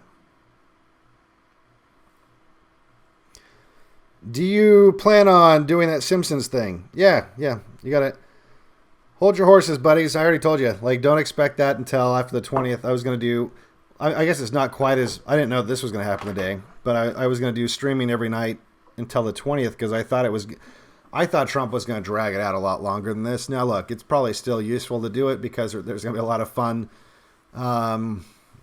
spurgouts from Q people and stuff like that. And there might still be some things that happen that are kind of interesting. But, well, and if they get their their white supremacist terror attacks that they want so desperately. Those will be happenings. Now, another thing you got to think about too. There's gonna be a lot of people that, I mean, look, I say that they're going to be trying to engineer these incidents, and they are, but that doesn't mean there's people that were all in on Q, that they're just quite frankly, they're just not very stable people, and there's going to be people that legitimately just do this stuff. Now, you can say they were kind of psychologically pushed into that corner, but be prepared for everything that happens for like all these people saying like, look, no, clearly a missile hit that RV, all that stupid shit. Because people don't want to just believe that, no, that guy just snapped. That guy just snapped and he did something, and he went ape shit. There's no crisis actors and stuff like that. That guy just fucking snapped and did something. So, look, well, does that mean that there won't be fakes or crisis actors or whatever you want to call it like that? No, obviously not. I think that they're more than willing to false flag some shit, but they don't even have to. I don't think necessarily. I think there's enough people that are kind of their universe is crumbling right now to where it doesn't take much to push them over the edge. RV Boomer was... Look, I don't know all the details, but it wasn't a fucking missile. Okay? I think that it was just as simple as that. I think it was a crazy guy who thought 5G was killing him, and so he went and bombed AT&T. It wasn't some weird thing about Dominion servers and all... obviously, right now, you know that, right? You know that all that... There's no Kraken. You know that all that was bullshit. See how many normal things, events get wrapped up into like this overarching retard fest? Like everything that happens is now part of the plan and part of Q. So like it paralyzes people, makes them completely incapable of functioning, because everything's part of some weird, plan thing. No, there are such things as coincidences. There are. They happen all the time. And sometimes shit just happens. People used to know that. There used to be the bumper sticker. Shit happens. It does. Sometimes shit just happens.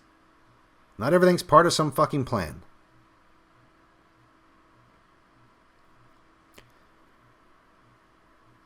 All right. Devin's voice is the only sane, friendly voice I hear all day. I pray for this stream to last just 1 minute longer. Well, I appreciate that. There's other people, though. Not everyone's... It's not like I'm the only one that has been telling you guys this. And there's other people that kind of get maybe nominally wrapped up in some of this stuff, and I think will be coming. Their heads will be coming out of the clouds fairly soon. There's just a lot of people that have a real... look, I didn't want to have to face this.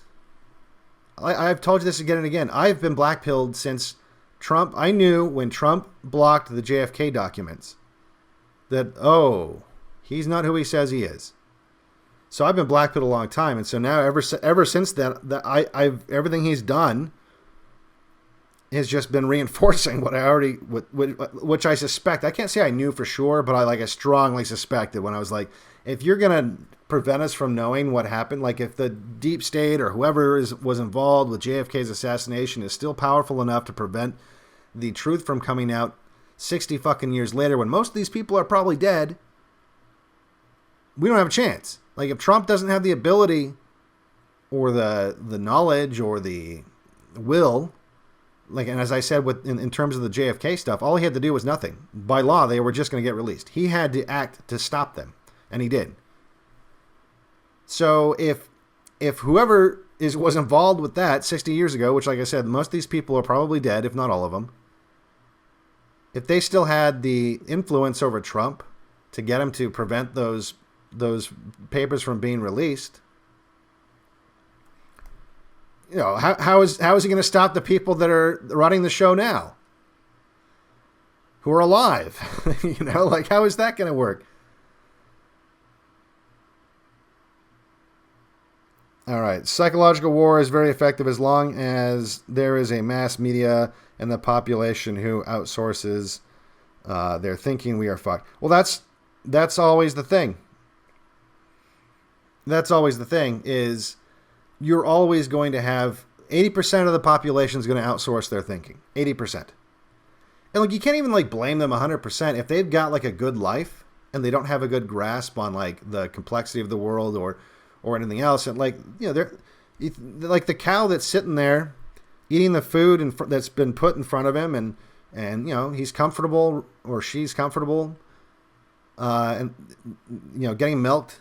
You get used to it. You're just like, oh, this is okay. I'm getting fed. I can just shit where I'm standing, and this is fine. I'm okay with that. You can't really get too mad at them because it's just like there's not they're comfortable. They're comfortable in their slavery. Well, and it's kind of like, look, you can go back. People think that when they freed the slaves, you know, when Lincoln freed the slaves, that all the slaves were just like, yeah, and, you know, instantly revolted and ran to the north or whatever. There were lots of slaves that were perfectly content. In fact, there were lots of slaves that after slavery, you know, couldn't get jobs and stuff like that. And many of them that just stayed on. And they just kept doing what they were doing before. Just the arrangement was slightly different. Like they got sort of paid, but like it was kind of like the same thing. Because now they got paid, but they also had to start paying to live there. So it just kind of worked out. They were still slaves. Because it was like, why? Who cares? Like, it's the same. Like, I was happy with the arrangement we had. I'm just going to go with it. And that's 80% of people, right? 80% of people just, they're happy with the arrangement. They're happy enough. And the only way to make them not be, like, you have to interrupt the flow of calories and dopamine. That's all. I mean, if you interrupt that, the calories and dopamine that are being pumped into their head, they might wake up and cry like the baby whose tummy is hurting. That wakes up in the middle of the night because it wants to suck mommy's teat. And that's the only way you're gonna get these people to wake up. You have to make their tummy hurt a little bit. People got to be more uncomfortable before they'll act. Exactly. Modern whites have become slave era groids. Well, here's the thing: is it's just the current system is slavery. It's just been revamped to make the slaves happier, and it's working, right? It's working. What I just described, like it's they're happy with the arrangement. You know, it's debt slavery. It's just a different. It's slavery with more steps, more paperwork, but it's still slavery. How is it not slavery?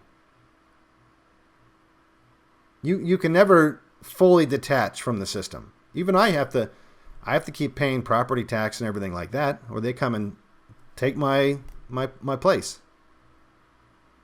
It's always slavery. Doesn't matter. I mean, you can never fully detach from the system because you're property of the system.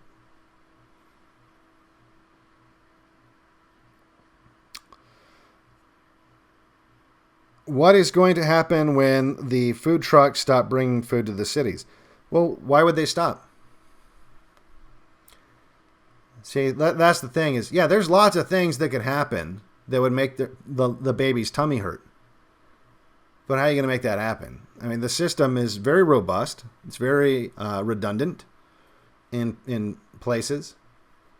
And, you know, people always talk about, oh, they have this just-in-time delivery system. You know, if they don't get food deliveries for 3 days, they run out of supplies, and 3 days of normal shopping. So in 1 day of panic shopping, they'll run out, and that'll be it. Yeah, but that system, it would be next to impossible to interrupt. Not impossible, but it is difficult. These are all things you got to think about. You can't just wish that, like, well, maybe the food trucks will stop coming. No, why would they? Why? And once they're automated, see, this is the thing I was talking about in terms of why they want to cull the population. A lot of this stuff's going to be automated anyway. You know, once the truck drivers are no longer people, they're just robots being controlled by an AI that's calculating when things need to be where. They're just automated trucks that drive up to automated warehouses and deliver the products to automated stores, or maybe just directly to your door with drones or whatever the fuck. That's a whole lot of people that are obsolete now. It's a whole lot of people they don't need. And they have a choice. Well, they can give them UBI like Yang Gang was talking about. You know, so you're just paying them to be alive, I guess, you know. But then that's going to cause a problem because if you're just getting paid to be alive, people are going to have kids and it's going to be a big mess. So they'll figure out a way to where you're not having kids. Maybe it'll be a vaccine. Who knows what it'll be. But they'll find a way to maybe it'd be like an attrition thing, right? Okay, we'll keep you alive. We'll give you your UBI. But you have to take this vaccine first. Oh, the vaccine made you sterile? Ah, well, sorry. That's a shame. That's a damn shame. Oh, well, at least you're not going to get COVID, right? You know?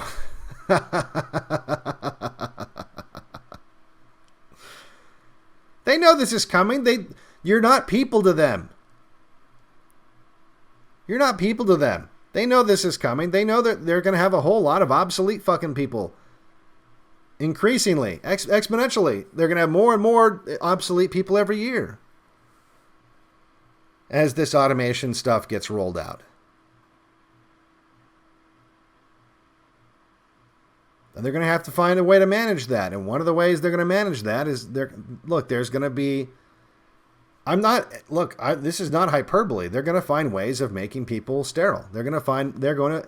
That's why they promote these lifestyles that are not reproductively friendly.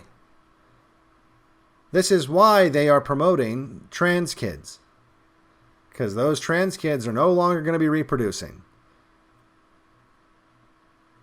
That's why they're promoting homosexuality. That's why they will eventually promote pedophilia. That's why they're promoting all of these anti-reproductive societal measures. It's population control. They want to drastically reduce your numbers. Because once you're replaced by robots, you know, like why have you? Especially now. It's not like we're not even genetically connected, right? So in the same way that I've talked about, in the same way that when you look at the Senate, and just by glancing at the Senate, you know at least half of these fuckers have no relation whatsoever to the Founding Fathers and therefore no real connection to the Constitution and not in the same way that you would, right? So you know that there's no, you know, there's no loyalty there in the same way. There's no, it's not their ancestors. They don't care. It's just some piece of paper that was written by these old white slave owners. There's no loyalty. In that same way, that's how they look at you. You're not some distant cousin of theirs. You're a white supremacist. Well, now you're a white supremacist terrorist, right? And there's no connection to you. They don't feel a kinship to you. So why would they oppose any kind of plan that was going to remove you, especially if the reason they're removing you is to make more room for their seed, for their bloodline?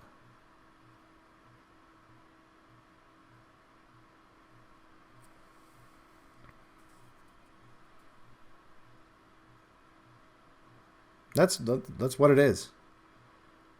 See, all you people that are afraid of looking at the world in racial terms, it's because you're fundamentally missing the point.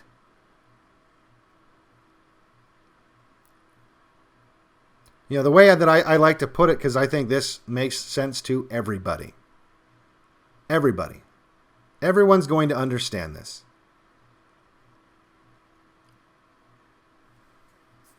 If I have a kid that's your kid, and he's starving to death, and then there's a kid who's a stranger's kid, and he's starving to death, and I say to you, look, I can save only one of these kids. I have just enough food to save one of these kids. And it's all up to you. Everyone's going to pick their kid. Everybody. Every single person is going to pick their kid.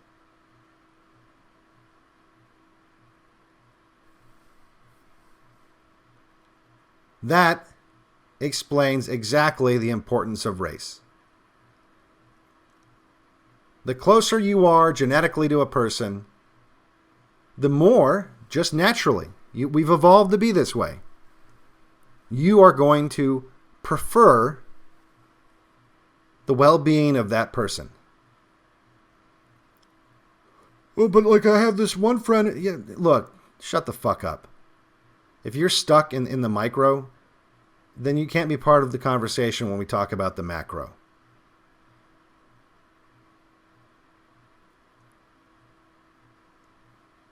Generally speaking, you care more about the well-being of the people who are genetically close to you. So, like, first of all, your children, your brothers and sisters, your parents, and then, you know, maybe not as much, but you care about your cousins and your aunts and your uncles, your grandparents, you know, and so on. And then the further you get away from your DNA, the less you care. Doesn't mean you don't care, but you don't care as much. You know, like if you see some random person dies in a car crash on TV, you think, oh, that sucks. But if it's like your aunt, you're going to be a little more upset about it. And there it is. There's a big chunk of race realism right there in a nutshell. Easy to understand. No hate involved. Has nothing to do with hating everybody else that lives on your street. It just means you like your kids more. That's it. That's all it means. And the ruling class thinks the exact same way because every human thinks that way, and as much as they act like it sometimes, they are human.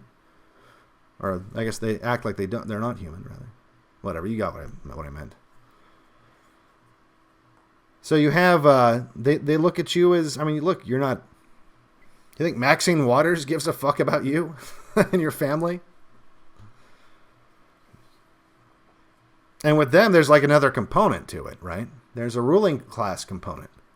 And look, there's a class component when it comes to you, too. Don't act like there's not. We're all snobby and stuck up in some way. We all have a class of people that we look at as maybe a little beneath you. Everyone does. Even people at the bottom. There's always someone below. There's always someone lower.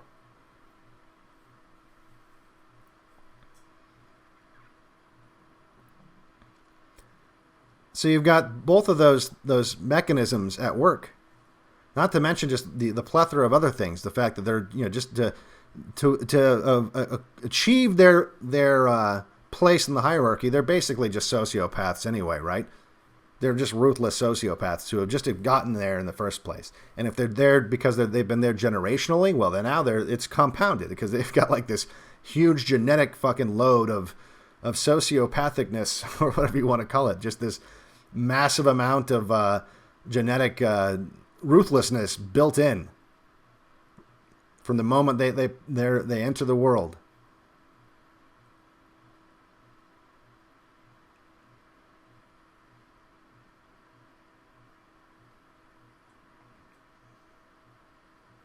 So that's the way it is.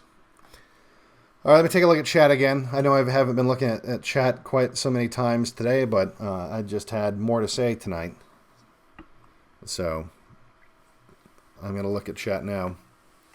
And we'll wrap things up here in a little bit. But I've had a lot of coffee. So I'll be up for a little bit anyway.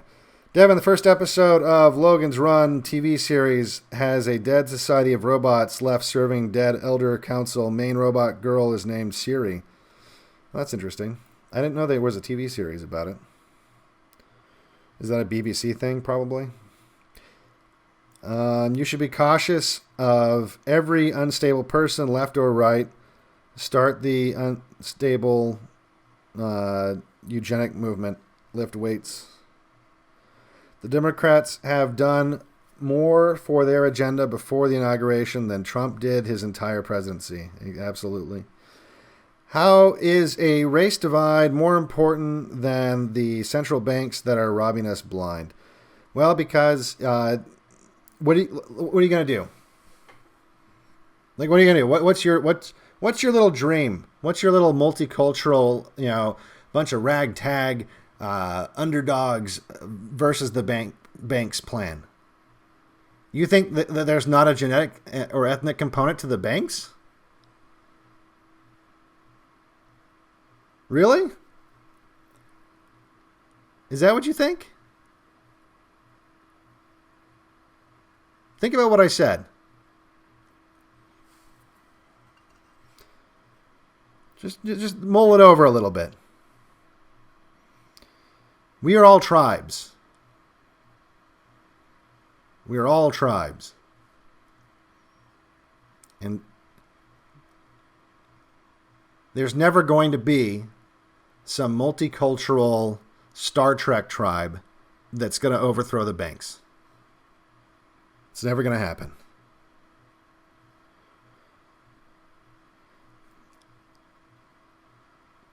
Chat is cancer. Save your remaining sanity, someone says. I haven't been paying attention, so I apologize. Still scrolling through here. I like my people more in general and in specific, so I don't know if that makes me, whatever. Well, look, it's totally okay to prefer your own people. In fact, I think everyone does. Doesn't mean you don't have friends that are not of your people. I think everyone does. Like even literal Nazis often have friends that aren't white. That's okay. That's not what this is about, Like it's not. See, you're doing the NPC thinking again. You're thinking about this within the sandbox that the left and the communists created for you, where you either have to like multiculturalism or you want to have to genocide everyone but your people. That's not the choice. That's not the way to look at it. And part of that's projection. Part of that is that's kind of how they look at it. All right, let's take a look here. Devin, there is a BBC series called The Trippids, which freaked out many children back in the 80s. It was canceled for revealing too much. Oh, is that the one? I think I read a book about, is that the one where, the plants start killing people or something like that? I know that's a book. That's a British book, sci-fi book about the end of the world. And I thought that the evil alien plants were called Trippids or something like that. So maybe that's what it was.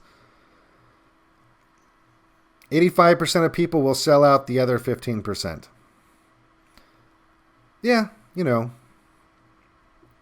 Well, that's what we're seeing, right? That's as the culture changes. That's not the culture right now, but that's where it'll go. I think that anytime you start to have a mono-party type of situation, especially if it's like a communist kind of a situation, yeah, you'll have children ratting out their parents, ratting out their aunts and uncles and stuff like that. That's already happening on you see on Twitter and on Reddit. You've got all these people, these teenagers that are ratting out their relatives and friends that they see in the footage from the Capitol. And they're being cheered on as like heroes because they're stopping the evil fascists, right? So it's, yeah, I mean, that's the new normal, friends. Hope you like it.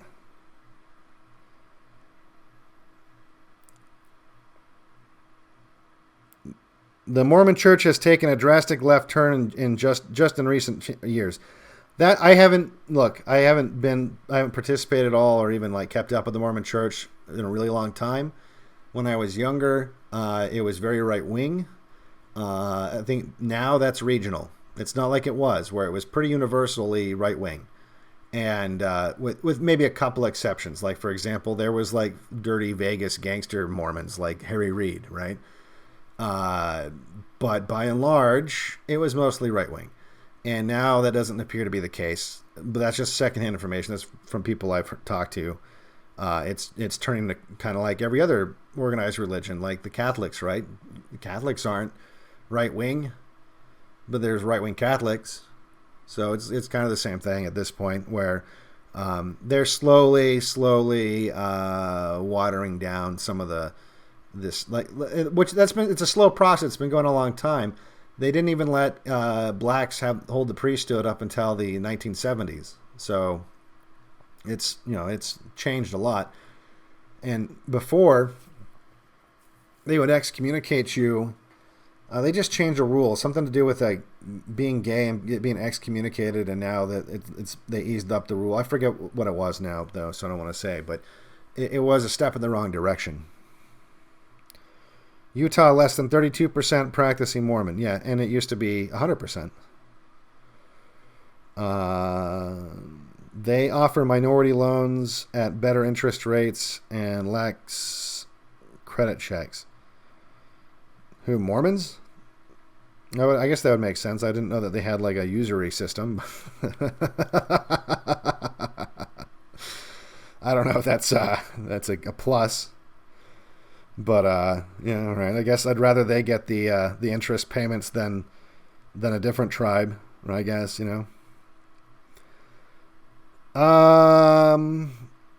What really pisses me off is if Trump cucked earlier, his supporters wouldn't be in jail and ridiculed. They could have been safe at home. Exactly.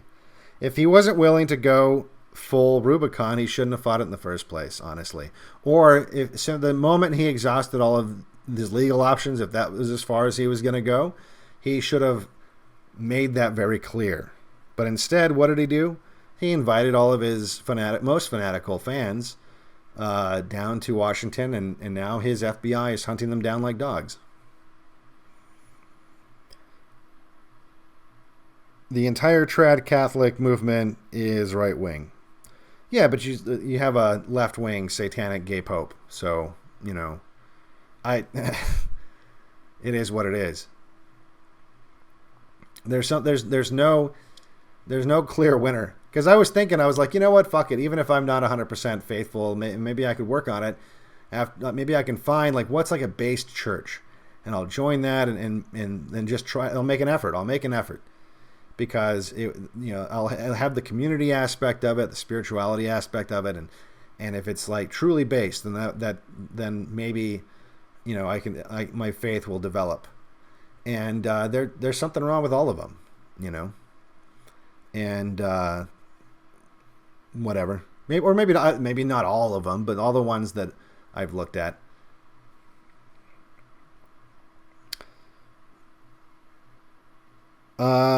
Let's see here. Planned or not, it has the same effect. Planned or not. I don't know what you guys were talking about.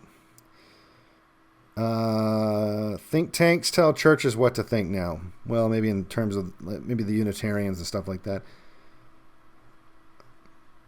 All churches want immigration to fill their pews. Well, different churches, like the Catholic Church certainly does, because, from Mexico, because Mexicans are Catholic.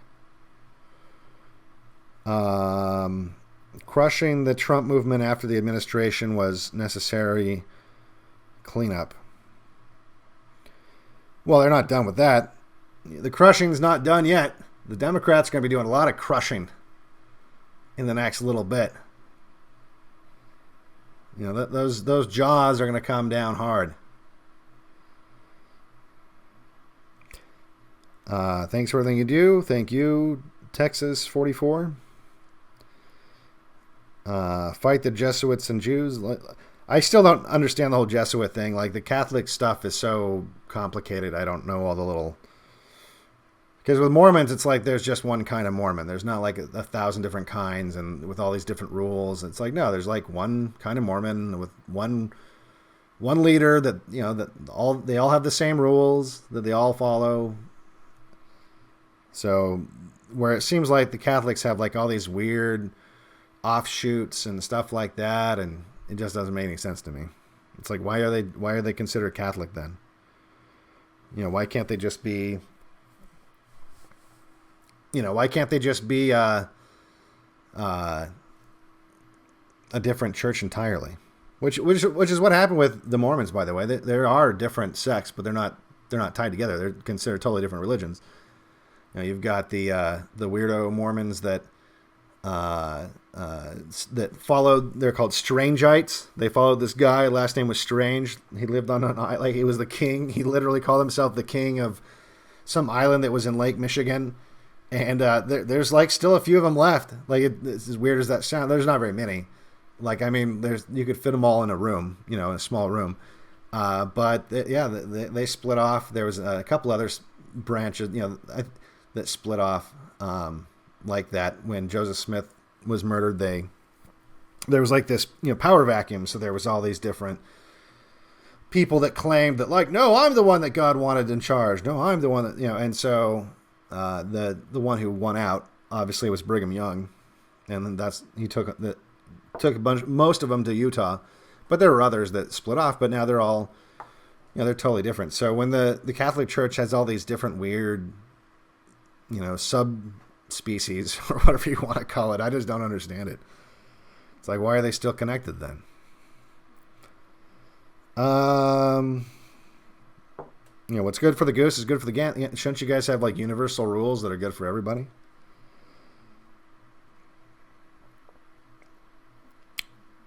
Young was incredibly based.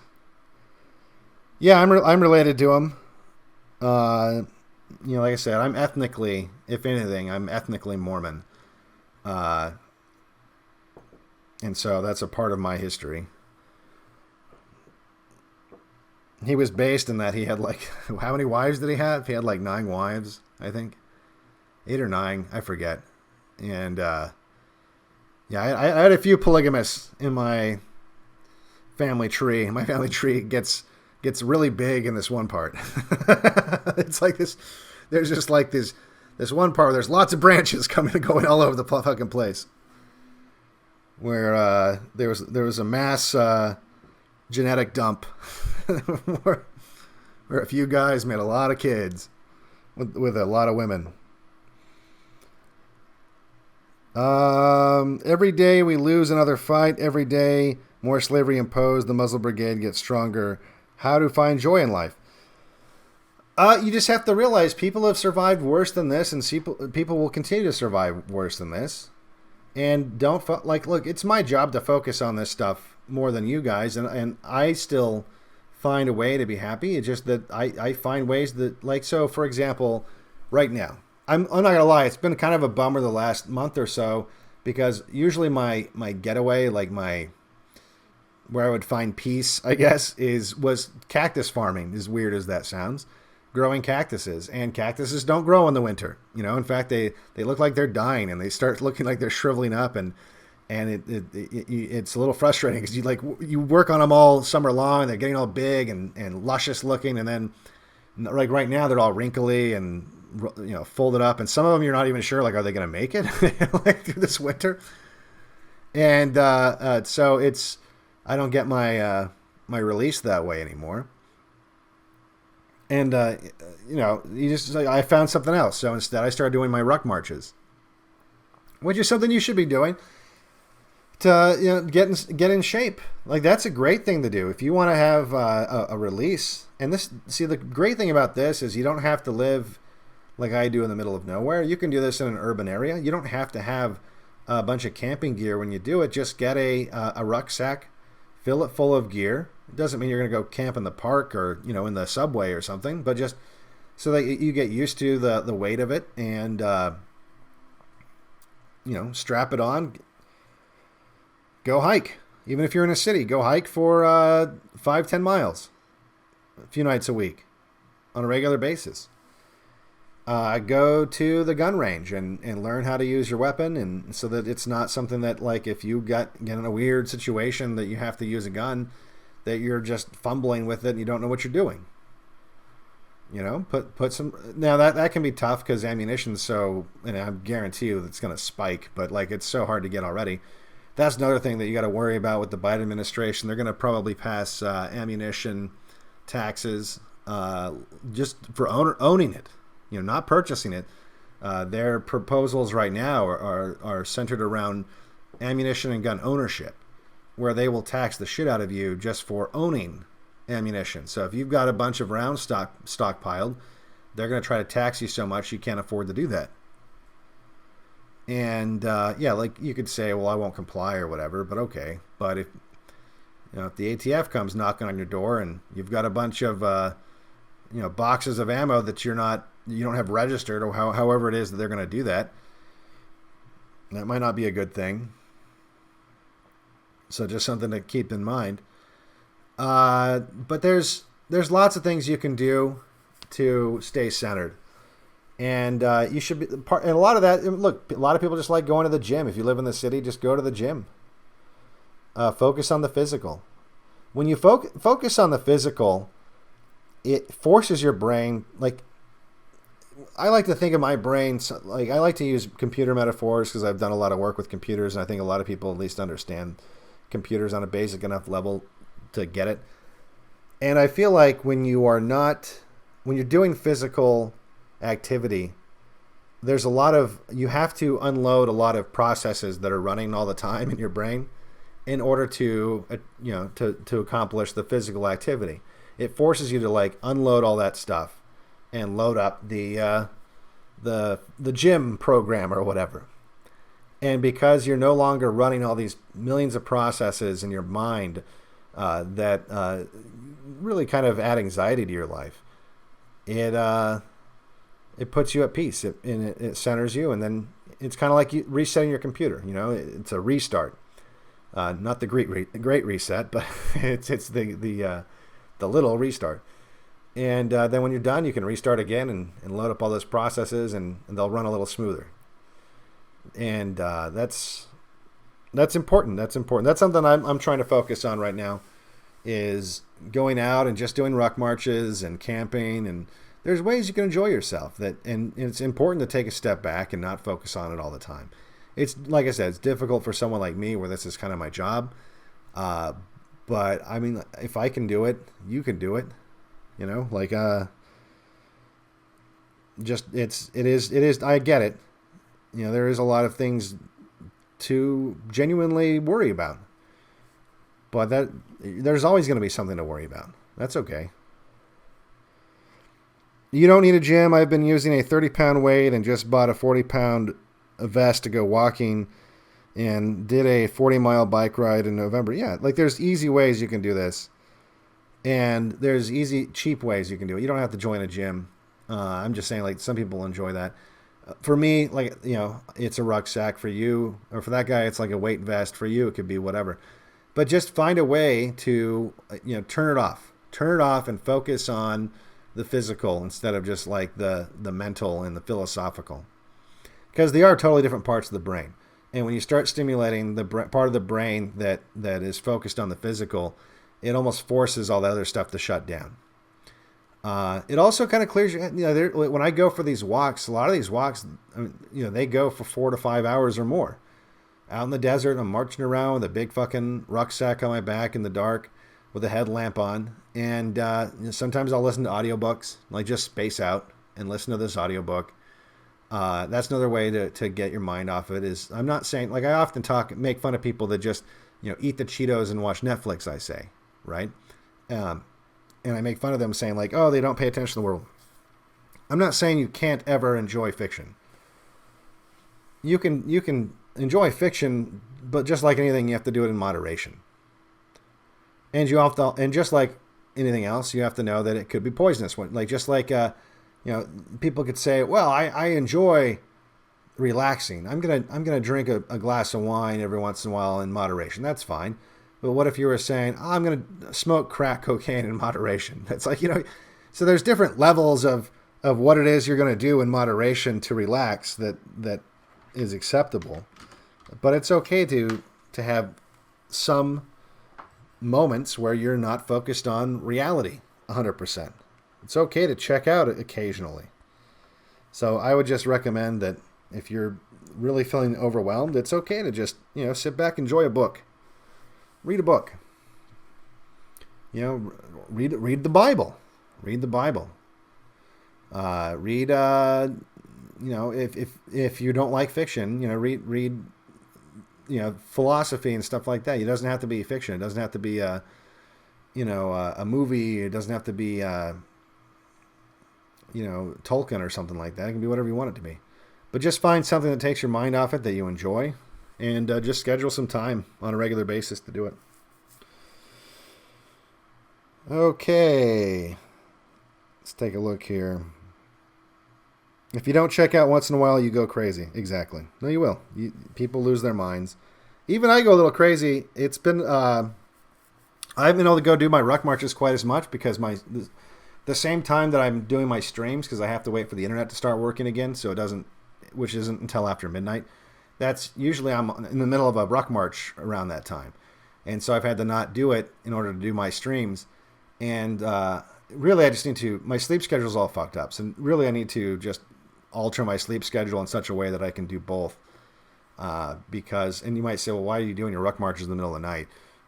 One, it's because right now it doesn't matter, but like when it warms up here in the desert, I'm not going to want to be doing a ruck march when it's 125 degrees outside. Okay? Like that's not fun.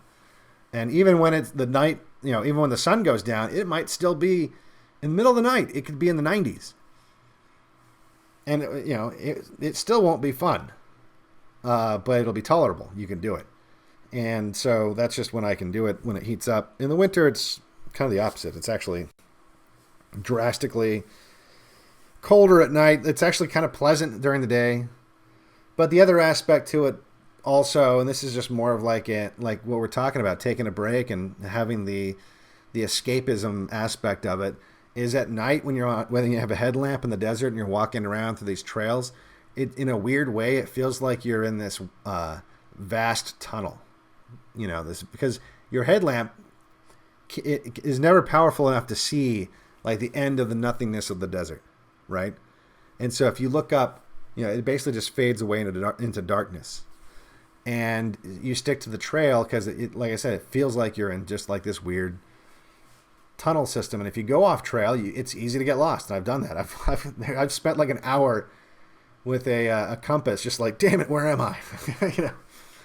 And but in the daytime that doesn't happen because you can see the landmarks. But I like the weird unknown. I like the fact that I can get lost. Because if it's in the daytime, I can literally, if I'm up in a higher elevation, I can just look out and kind of see my bunker. And so I can just turn around and just walk towards it, and I'm not lost. But at night, you can't see the bunker, you can't see anything. You're just like in this weird, creepy, spiky, thorny, snake-filled darkness. And that's just what I prefer. Okay. Roosh V is also doing awesome work. His last stream was over 5 hours long and based as fuck. I've been meaning to watch that. I like his stuff. Do you have problems with wildlife when you go at night? Yeah, there's rattlesnakes and scorpions. The scorpions aren't such a big deal because, I'm wearing boots, and if I step on one, whatever, they have more to worry about me than I have to worry about them. The rattlesnakes is a little bit of a different issue, but you just got to keep your eye out. You will see a rattlesnake. There's a lot of rattlesnakes out here, and you will see one. Even when it was in the winter, when I first started doing this, it had already cooled off, and I hadn't seen any snakes on my property in like about a month, so I thought I'd be good to go. And I still saw rattlesnakes, one of which was like rattling and chasing me at one point. And he was going slow because it was cold, and so it wasn't like I was running for my life. He just was slowly like going towards me, rattling, which was really unnerving. Even though I knew like, oh, he's not really a threat because he's going like not even like 1 mile an hour here. It was just like I'd never had a rattlesnake like aggressively, even though it was in slow motion and it was never going to get to me. It was kind of just like, wow, that's a creepy sound.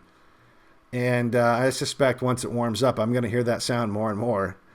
Because, I see snakes. Not just rattlesnakes. That's the cool thing. Rattlesnakes are the only ones you got to worry about.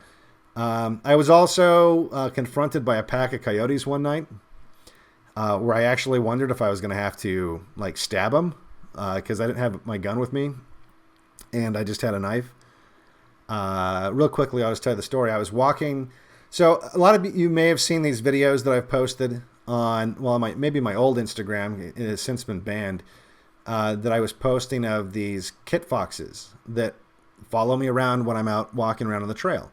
They're these little tiny foxes. They're tiny, like Chihuahua tiny. And they're very curious, and they seem to have like a weird lack of fear of humans. And they'll get up really close, almost close enough to where like you could probably reach down. If they would, it'd probably spook them, but you could reach down and pet them.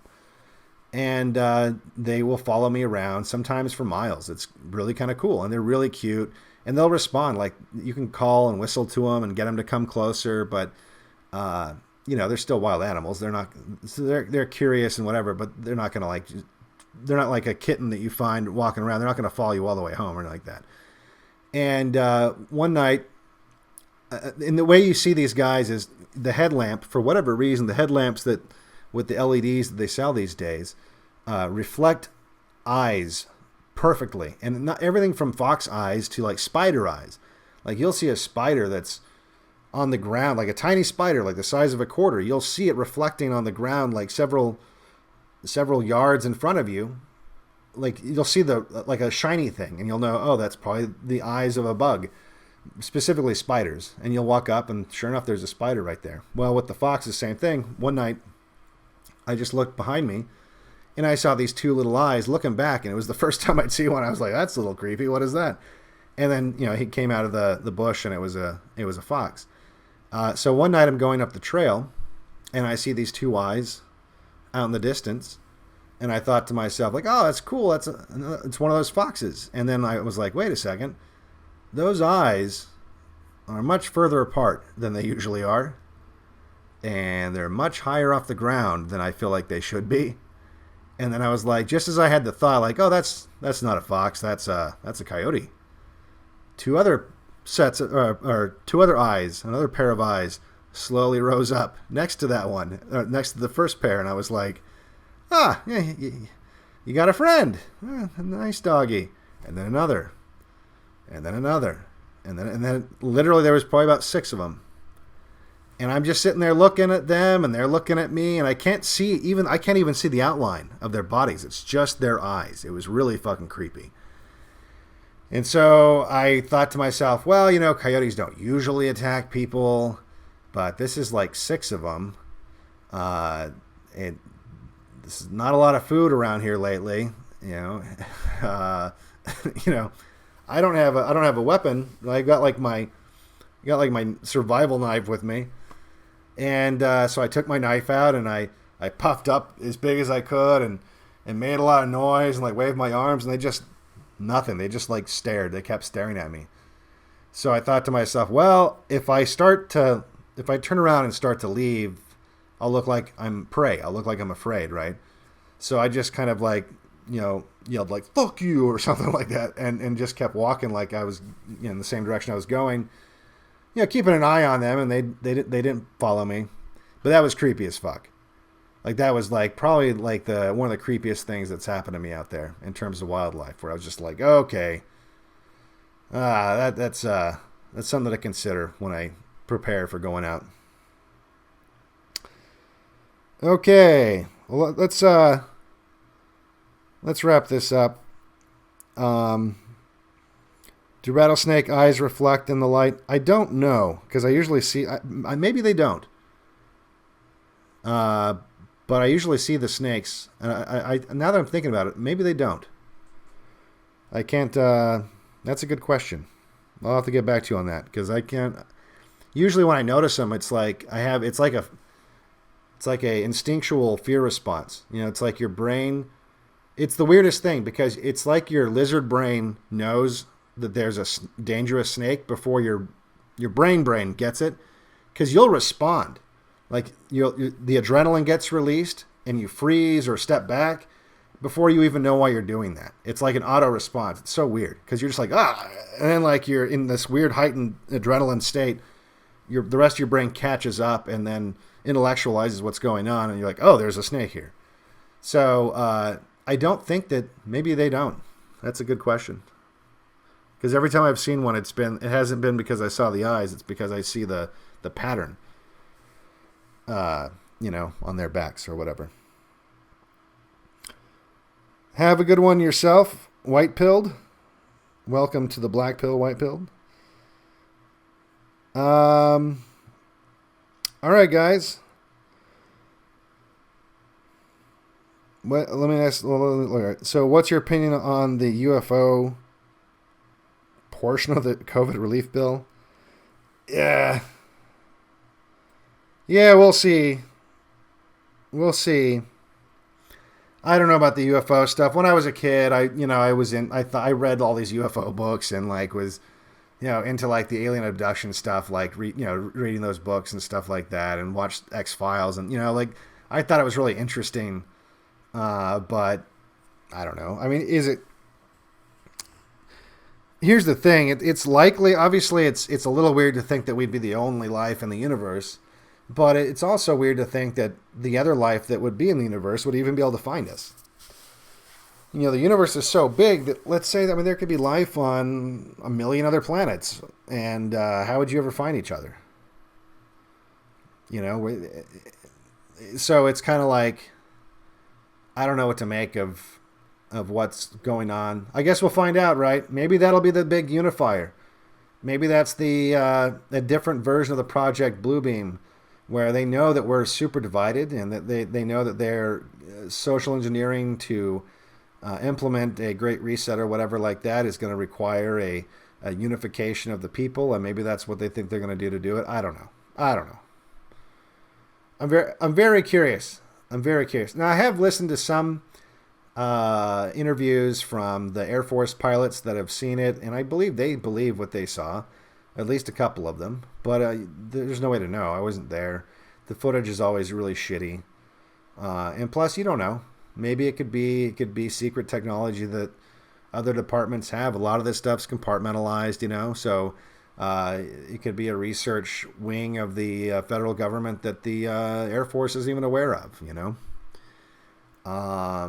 It is a little weird that they made a Space Force, but not that weird, because you could say that, well, it has nothing to do with aliens. It's just more about satellites, especially as, I mean, you have private companies now like Elon Musk sending things into space. So, and, you know, China's going into space. And so, you know, whether or not you believe in whether they're going to the moon or whatever, they're going into space. There's satellites that are in space.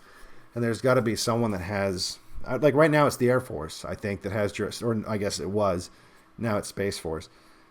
So as that technology increases, you're going to need some kind of jurisdiction over that stuff, and I don't think that necessarily has anything to do with aliens. But I haven't read their charter. Maybe I should read the Space Force charter and see what exactly at least what they officially are supposed to do. So, all right, guys. I'm going to go ahead and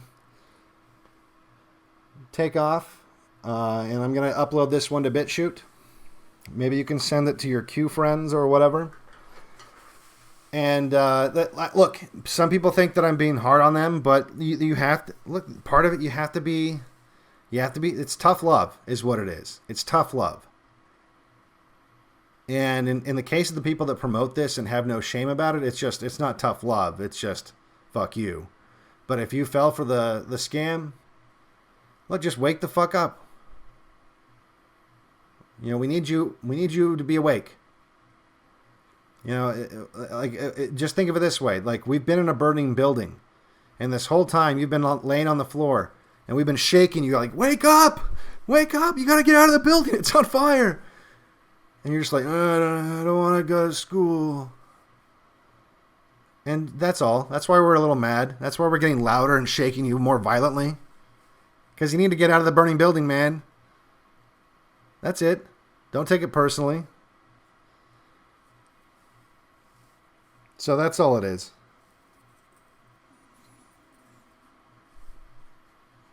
So, all right, guys. You have a good evening or a good morning or a good afternoon for Black Pilled. I am Devin Stack. Prosecution of felon gangster mafiotic negroidic, the black Frank Gelada, a gangster judge, therefore unprosecutable, the blackish, menial, negroidic in appearance and demeanor, felon, vicious, parroting puppet, ex-district attorney in Nassau County, can watch my Frankenstein eyesight television playback of this felonious, lowly, sodomistic display by the felon, sodomist Judge William Sullivan and his lowly felon slut wife during my trial in Nassau County.